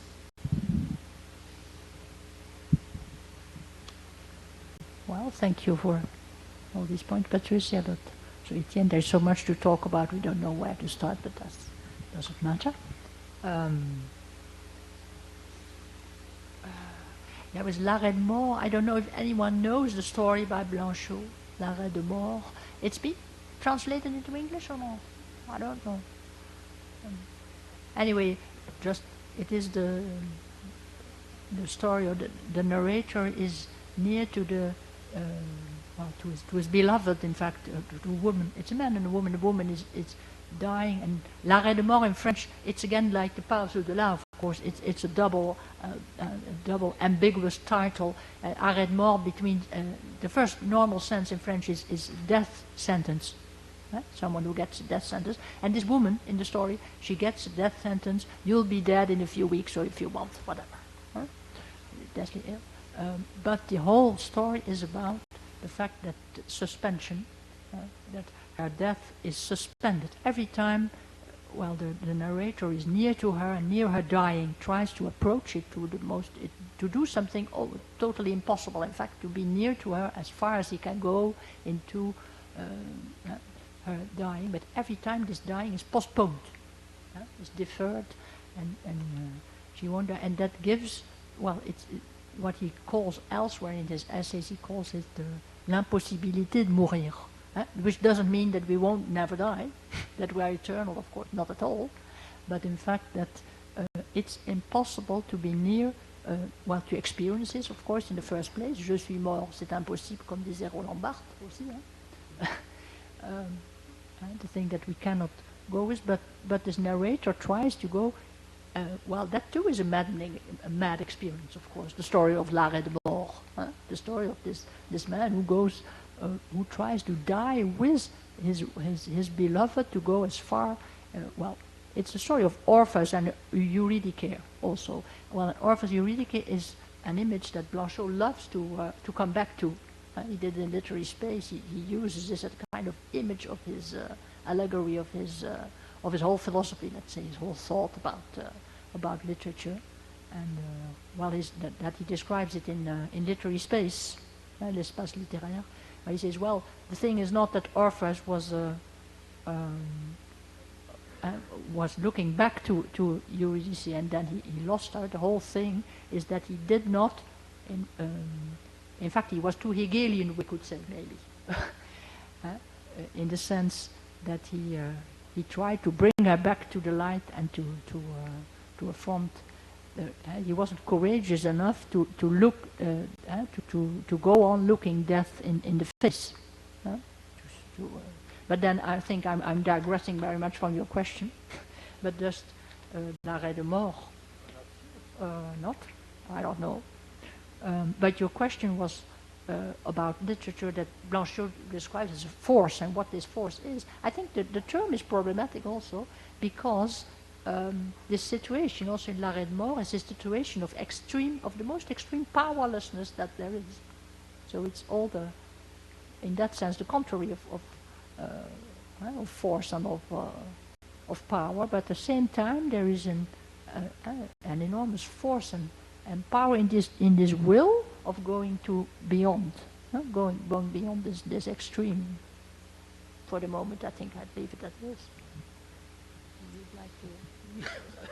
Yes, but I think I spoke a lot, probably too much, and I don't know if I can add something now. Perhaps we should take other questions. I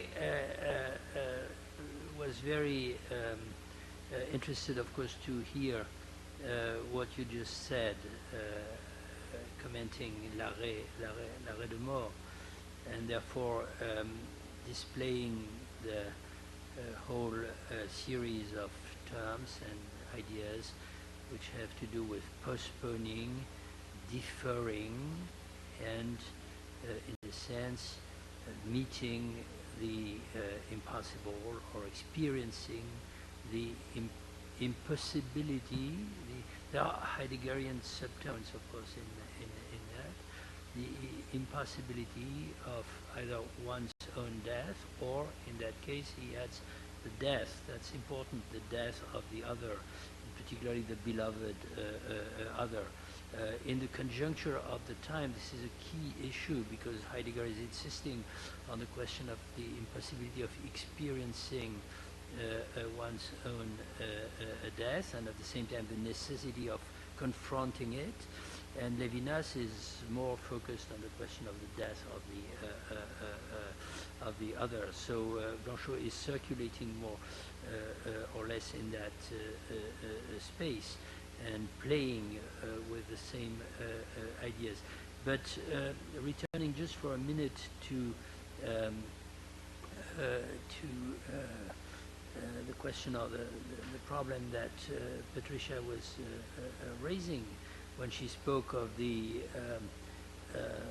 articulation, I would say, of dialectics and suspension, therefore interruption. Interruption is the key category, of course, that Blanchot puts into play when he wants to explain that what he is looking for through literature and philosophy, in fact, if that is still or a form of philosophy, and I think this is a very important concept. It's equivalent. It's linked very closely to the neuter in the etymological sense of the term.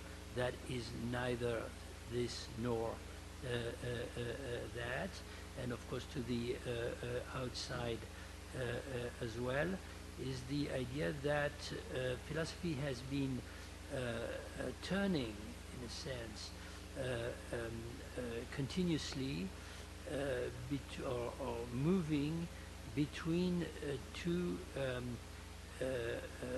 opposite poles, if you like, or two representations of the relation or the relationship that is its key problem, relating to the object, relating to the other, relating to the world, relating to the meaning, relating to the whole, etc., which were on one side intuition, the immediate, and on the other side, of course, dialectics, that is using mediations and overcoming contradictions in order to re-establish unity, not as something that is already given, but as something that will be reached in the end.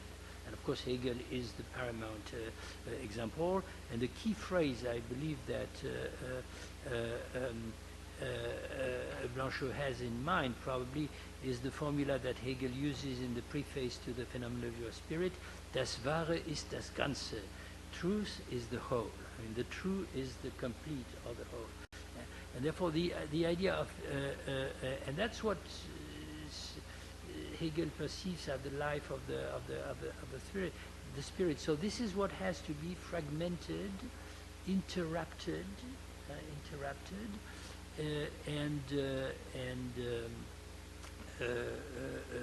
suspended in the sense that you explained. And this is where. So this is not the destruction of philosophy, but if possible, literature, and especially writing, must become introduced, injected, so to speak, returning into philosophy itself, because literature is essentially that. You're right, it's a movement, but how to explain that? It's a kind of unity of opposite, but it's a movement that is not continuous. I mean, that it's a movement that exhibits, produces, realizes, in fact, discontinuity and interaction. So I wanted to push the conversation. I don't know if this is working. Not working? So I wanted to just push the conversation in a slightly different direction, which is a little bit from the philosophical to the political. Because both of the interventions that you made focused, it seems, predominantly on these questions of how writing can contest philosophical positions. So Annelies, in your discussion, you were talking about the way in which the idea of writing, you say, is a refusal or contestation of the power of metaphysics, right? And so we're still in the domain of metaphysics and philosophy. And of course, Etienne, you were very focused on the relationship to philosophy and the disruptions and the excess and what it does. But there were some passages here that made me wonder about the relationship to politics, and I wanted to get those on the table a little bit before we now. And in some of the passages, I mean, and some of them are of course, with an author who was so politically engaged, right? The editor of right newspapers, contributors to extreme right, very interesting relationship to nationalism, interesting relationship to anti-Nazism, and interesting relation to anti-Semitism. But also, so in one of the passages that you mentioned, Annelies, it's in the note. There's this really interesting passage. It's on page Roman 7 of the French edition at the bottom, but it's basically where he's essentially saying, and it's all at the bottom of that page, where he essentially says, writing in this way, so he's talking about writing in this way, presupposes a radical change of epochs. I'm translating here. I don't know if it's the same in the English, but it's just it's the last paragraph, really, of that note. In that in this sense, it passes through the coming of communism, right, recognized as the ultimate affirmation, communism always being still beyond communism, it seems, right? Okay, so there's this striking, there's a striking passage right there that I could use some clarifications on, and I don't know when the note exactly would have been written. The text is published in '69, so it's possible, right, that the note was written right at the time of publication, so post-May '68, etc. Although other materials had obviously been written much before. Now, okay, so there's that question, and what is that getting at, right? And then the second one is this outside, this turn to the outside, which of course is so important in Blanchot, and that you both picked up on, of course, and is what Foucault picks up on, all right, when he writes his essay on Blanchot, which is the thought from outside.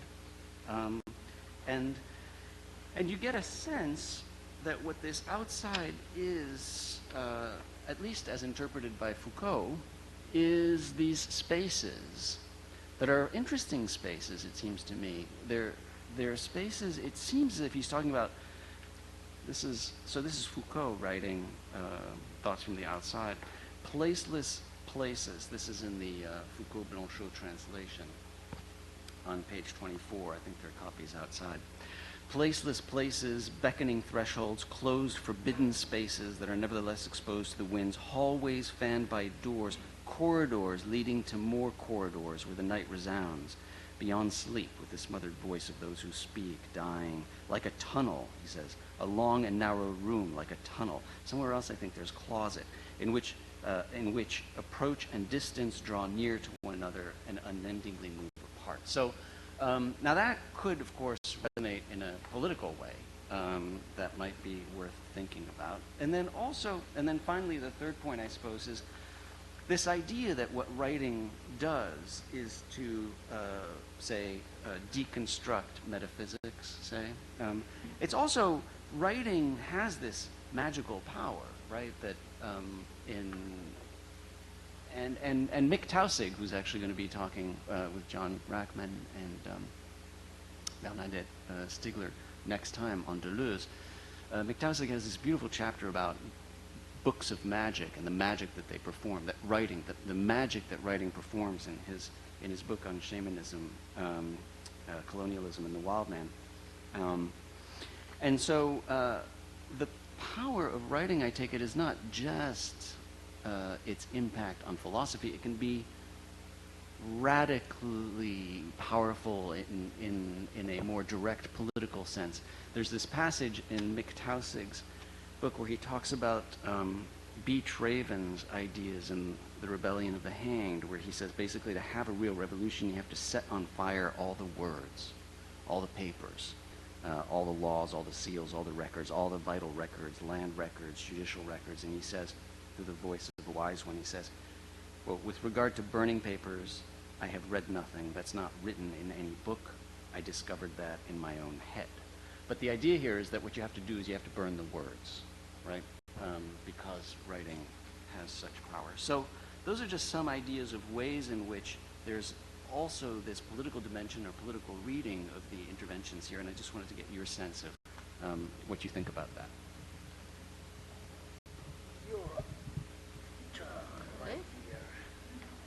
I'm giving it a try.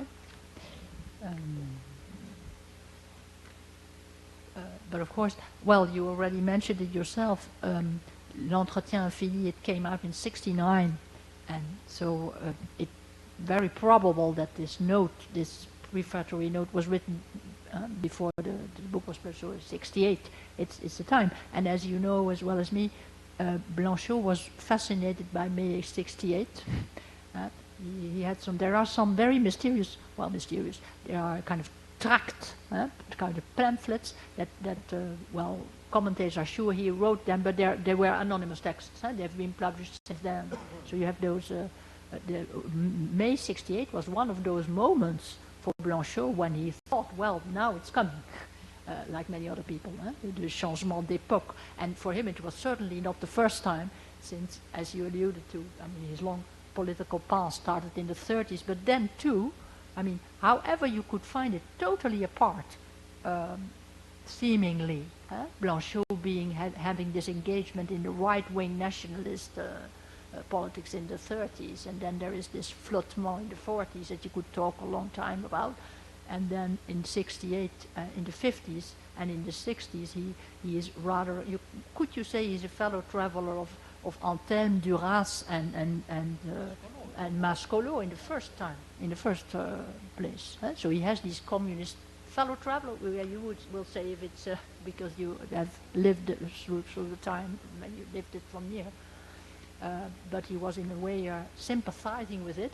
But of course, the formula you gave here at the end of the note shows also that he kept in a way aloof from communism, of course, since he says, well, it's a communiste toujours au-delà du communisme. And some years later he had this... Yes. No, not at all. Of course not. It's very far from there.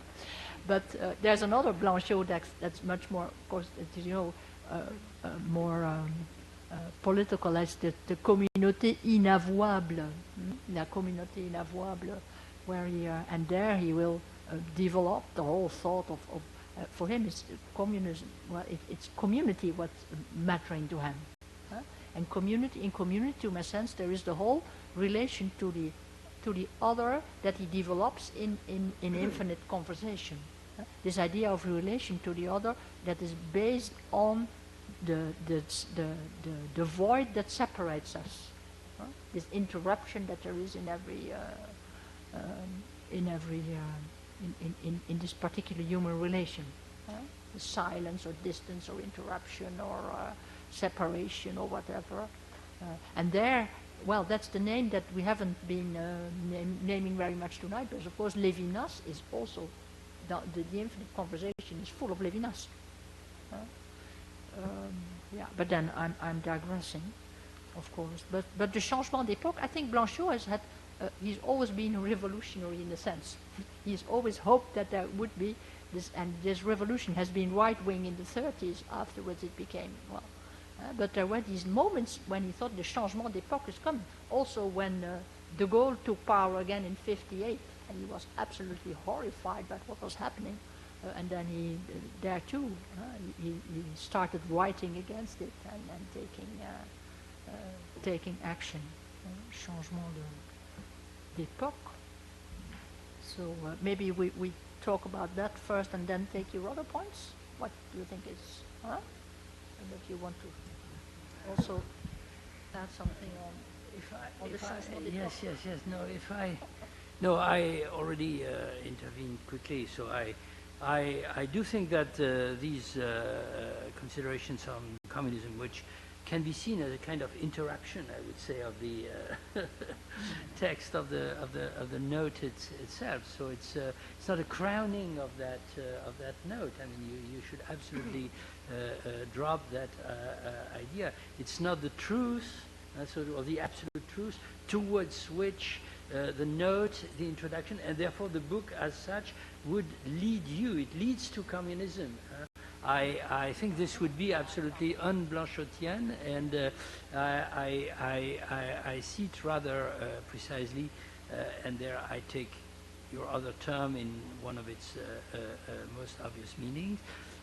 It's the, so to speak, it's the interruptions through the entrance of the other, or something other. So other than what? Other than writing itself. And then the question would become, should we identify that other with politics? And here I would gladly be a little provocative, but it's I would say it's politics only in a very modified and esoteric sense. I don't see what allows you to assert that there is politics because there is communism. And, what has communism to do with politics? It's nothing. I mean, especially not if the communism of which it is a question here is the communism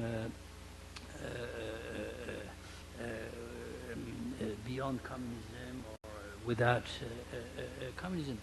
Here I gladly take Annelies' suggestion to combine this, or to look for affinities with the formulas that Blanchot proposed in the disavowed community, and that were at the heart of not only the great discussion, which now is a kind of historic monument, I mean, between Nancy and Blanchot, and to which first Nancy has added an incredible number of postscriptums, including very recently, taking into account not only the fact that Blanchot had disavowed, in a sense, and he says, I understood that only much later, the way in which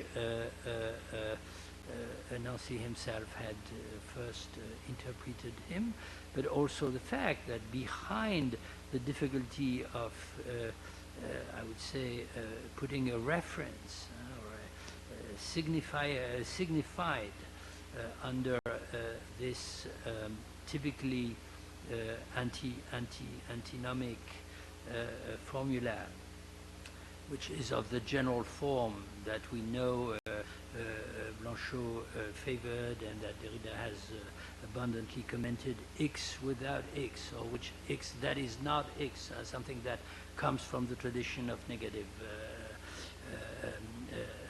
theology and so on. So the difficulty behind that difficulty, and here I nevertheless give something to you, there is not only a question of, I would say, a hermeneutic question, but there is a historical and political question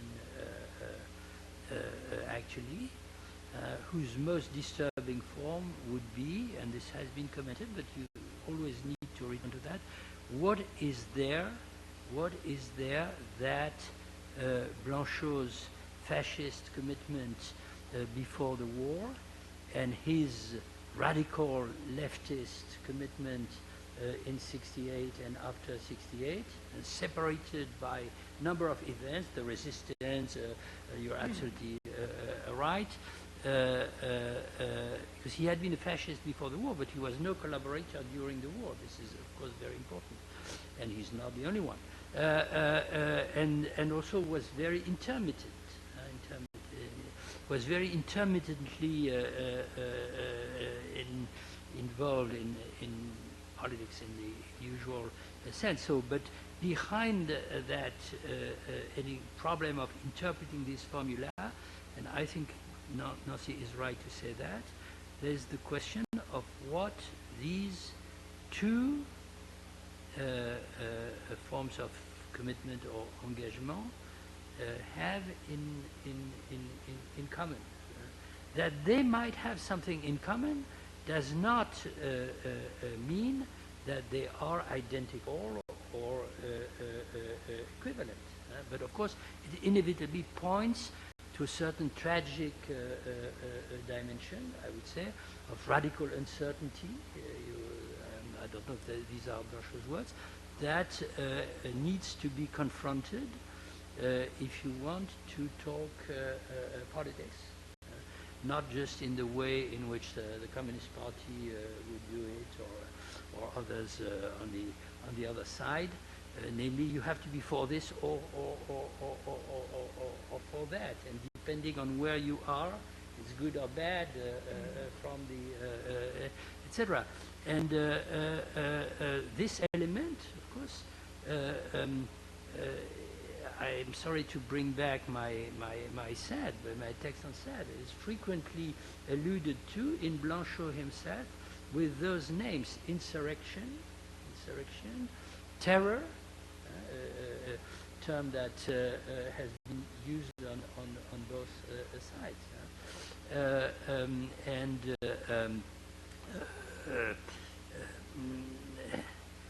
yes. Death, in a sense, as the ultimate horizon of politics. Now, Nietzsche seems to be very far from there, because what Blanchot says about Nietzsche, essentially in the text we're discussing, is we should not see him as a fascist. I mean, we should not buy the idea that Nietzsche was preparing for fascism. But perhaps you can suggest something different, which has to do with excess, once again, not only in the field of philosophy, but in the field of politics itself, and which is closely linked to that, I will say neither utopian or dream, let's say, impossible possibility somehow of establishing a community that is not rooted and based on absolute values which present themselves as indisputable. So the dimension of excessive freedom or radical anarchism, if you like, that inhabits paradoxically, and he works around that paradox, Blanchot's quest for the community, but which I suggest is bound to remain tragically uncertain, both in its outcome and its conjunctural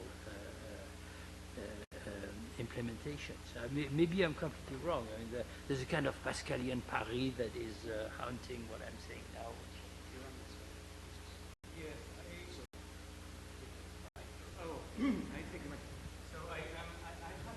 But on the other hand, I wonder whether, because since time is a little bit, perhaps other people also have questions.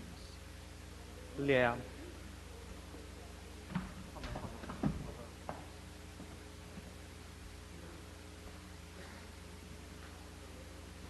Okay. This is an email we got by email, and it's from Antonio Pele from Rio de Janeiro, and he asked, so it's like he switched the subject. Closer, Leah. Okay. Do you hear me?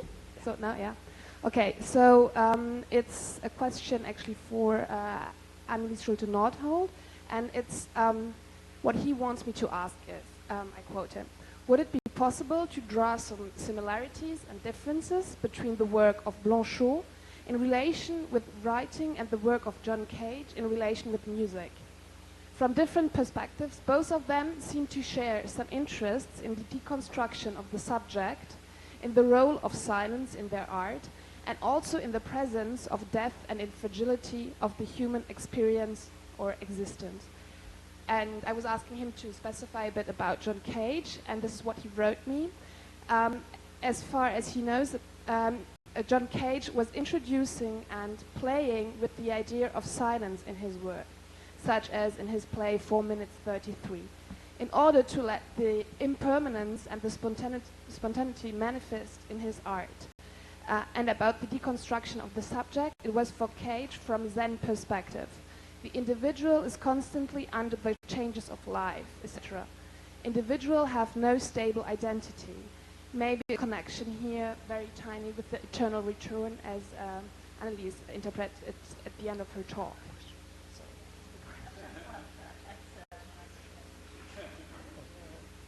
We take other questions maybe, and no? What do you think? Maybe we can take other questions. Yes, Francesco.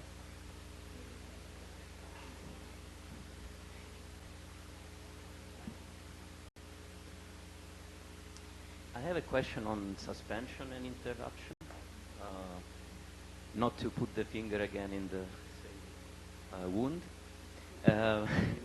But my question is, like, if Blanchot is not trying to think of a different kind of interruption and suspension, that it will be a suspension and interruption that cannot be put in service, as Bernard said on the other in the other seminar, that cannot be put into service of meaning and sense. So in language, words are not understandable if we don't interrupt them.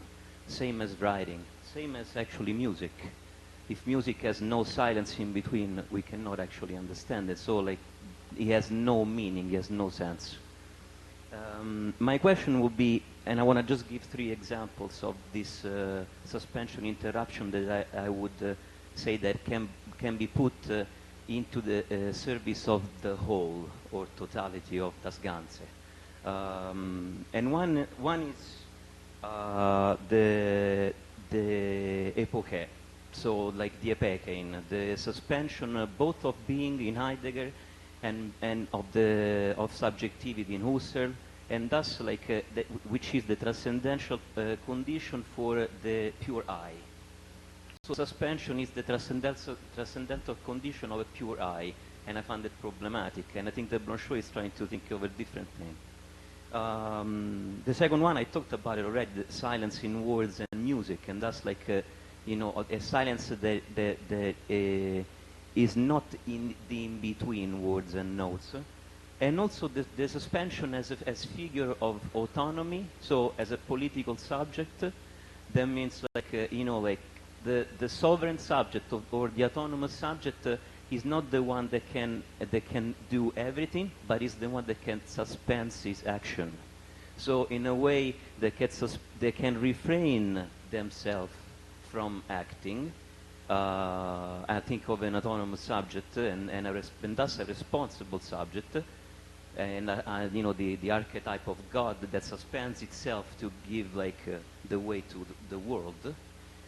So if you think that you know what Blanchot has been thinking about, like with this fragmentary writing, l'écriture, that it's like fragmentary, it's an interruption and a suspension that cannot be put into service. And I think that I thought about John Cage too when like Leah talked about it. Thank you. Sorry if it was a little, but there's lots at stake, I think. One more question? Do you want?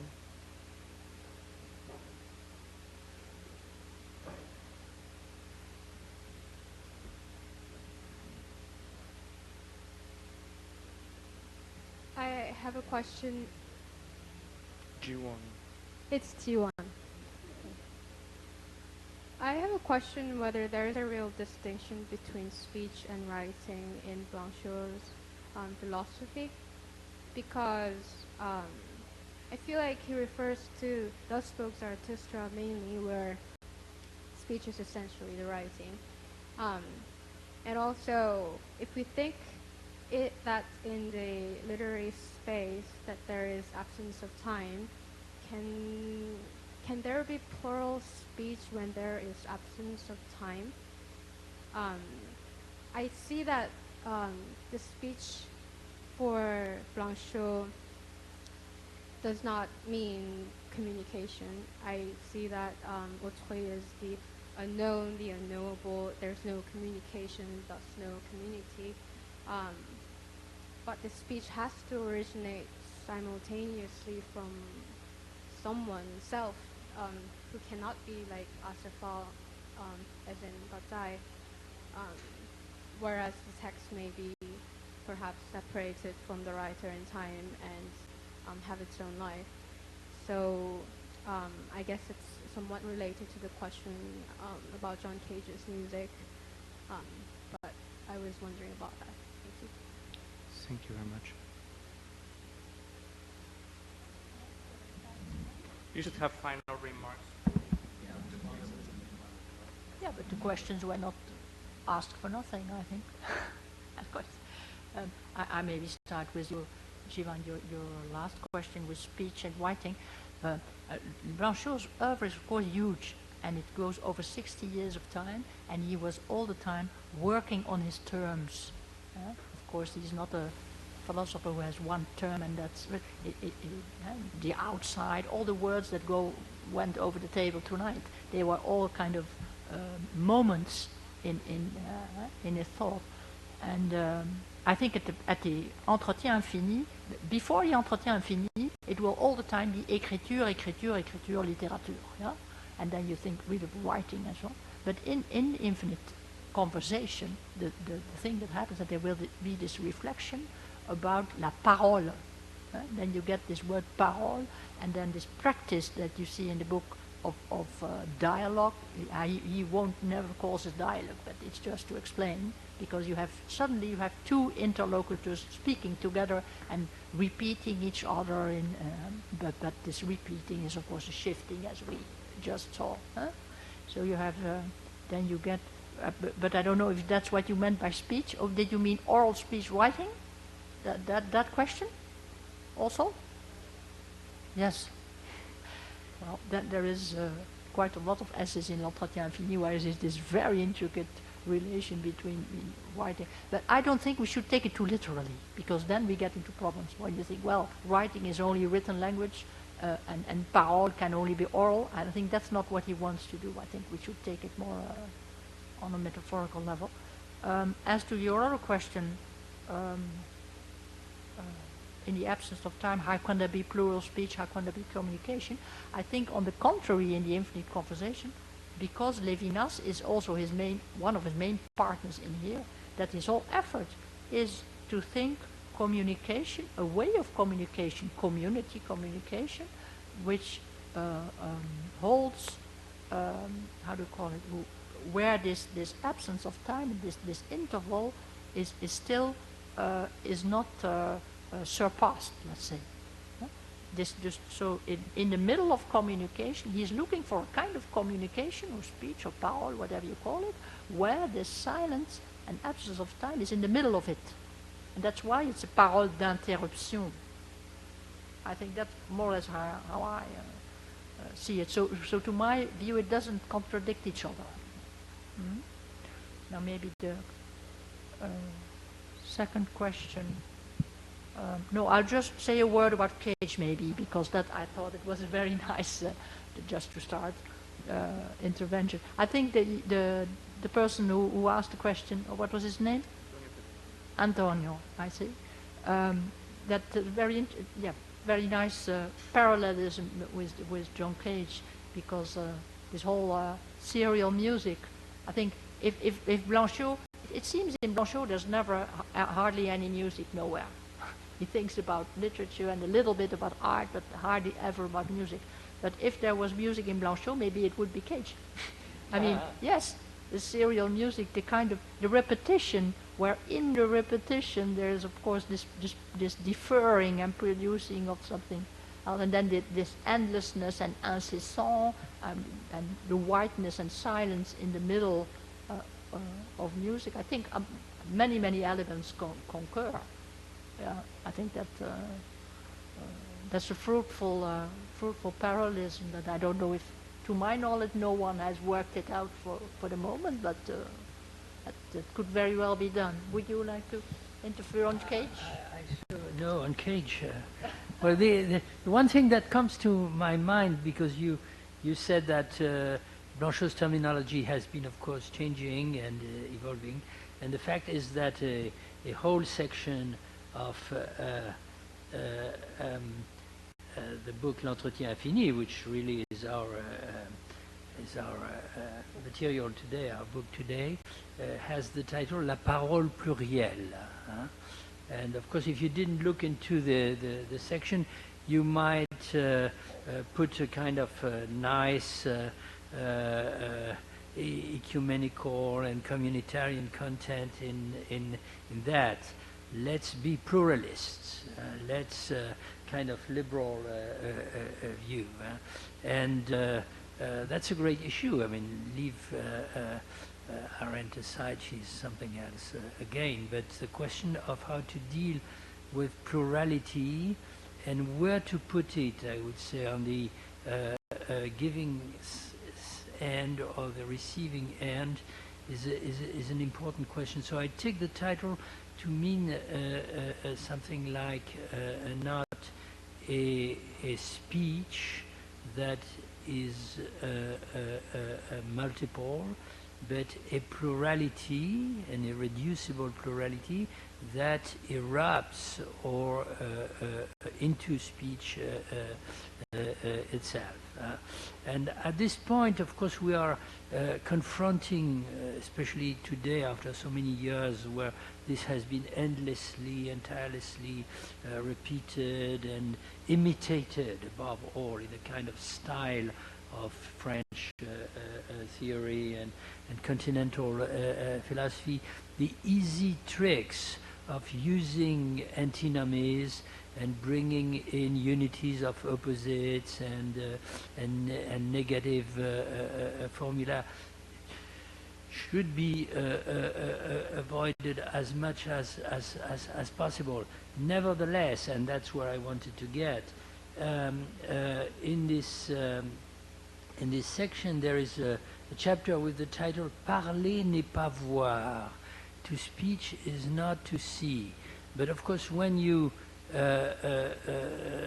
get one step further, it becomes something like there are modalities of speech which make it possible to see the invisible or to go beyond. And so could we say something like parler n'est pas entendre? That would be even more perilous. So, but it would have the interest of putting the stress once again on what I believe to be really philosophically, I think this is completely philosophical in the best sense of the term, a core moment in the book, le rapport du troisième genre, the relationship of the third kind, but also of the third gender, of course, the troisième, the neuter, and the idea of the interruption that goes with it. So here again, the negative formulas are there. The negative formula, a relationship that is not a relationship, meaning essentially it's not a recognition, it's not a reciprocity. The permanent difficulty of that Levinas, of course, was confronting Lacan as well, of course, of having the other as a real or genuine otherness or alterity introduced in something that is being common or that is a relationship. So this is where you need something like the idea of parler n'est pas entendre, meaning it's not a communication in the obvious sense in which as soon as you speak somebody listens and he will speak again. But perhaps listening to the silence, entendre le silence, or what Malraux, like it or not, called beautifully les voix du silence, would have to do with that capacity, which I will not call dialectical, of course, to practice, I would say, conversation that includes interruption, or that includes its internal absence or limit. Quel privilège, yeah. Thank you for reminding us Blanchot is far away from Habermas. I mean, it couldn't be further in the sense of also the commun du communisme is the common in the way that he's invoking communism is also something that has to be inconsistent with itself. And I'm just reminded of the book that, or the commentary that Jean-Luc Nancy published, the Passion Politique, to return to the idea of passion yet again, which is a citation of a letter that he doesn't publish from Blanchot. So it's the... in the end, he published Blanchot's letter. No, he publishes Roger Laporte's response to Blanchot's letter. So, no, he respects... Oh, non, c'est pas grave. But from what I understand, I was trying to read this very quickly before I was coming here, but in some ways it's a defense, you could call it that Blanchot is making against the idea of there being a commonality between Blanchot's political activity in the 30s and his more left-wing activity later on that Philippe Lacoue-Labarthe calls exemplary. And Blanchot is really pushing back against that exemplarity in a way that I think is pertinent, and I haven't gotten to the bottom of it, but I think that would be something to pursue, to try and really unravel the threads in the way that Blanchot wants to, of that togetherness. But the one thing I just wanted to say was the way that Blanchot, in thinking also about la parole, really moves towards, you could say, singularity. And rather than thinking about parole in terms of the generalities of speech, really lets it distill into a singular moment. So parole, not in the sense of an instance, but an instance that would reflect a larger general abstract category, but parole in terms of its singular moment. And that seems to me different from Cage, that there's something different in the singularity of Blanchot, the way that the singular, the repetition, the way it happens in Blanchot and the way that you would think of it in Cage. I know it's abusive, but dare I add just a remark? So maybe this will put me in hell. I mean, you will kill me after I said that, but I think that Blanchot was not mad. I mean, that's where, I mean, he played all his life in a beautiful manner with the idea of the madness of writing, but he was not mad. And therefore, using the formula I found in the text, he would not even try to say everything. And in this dispute, but perhaps he was completely right in his practice, because to say everything is madness, precisely.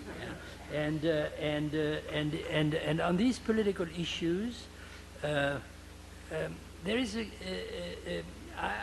a place for a game, if you like, or a distance between hiding something, which I don't think he did, and trying to say everything, that is putting words and categories on the personal and collective experience of the tragic 20th century that led writers and thinkers to move from one extreme to the other, because going to the extremes was the risk there they were trying to consider. Can I add just one word? Yes, please. It's And not you the have last. the very last. No, yes, it's not yes. the last word, but the last word is for somebody else, because I just wanted to recommend on all these, the political side of Blanchot and how to work out all that. There's Michael Holland.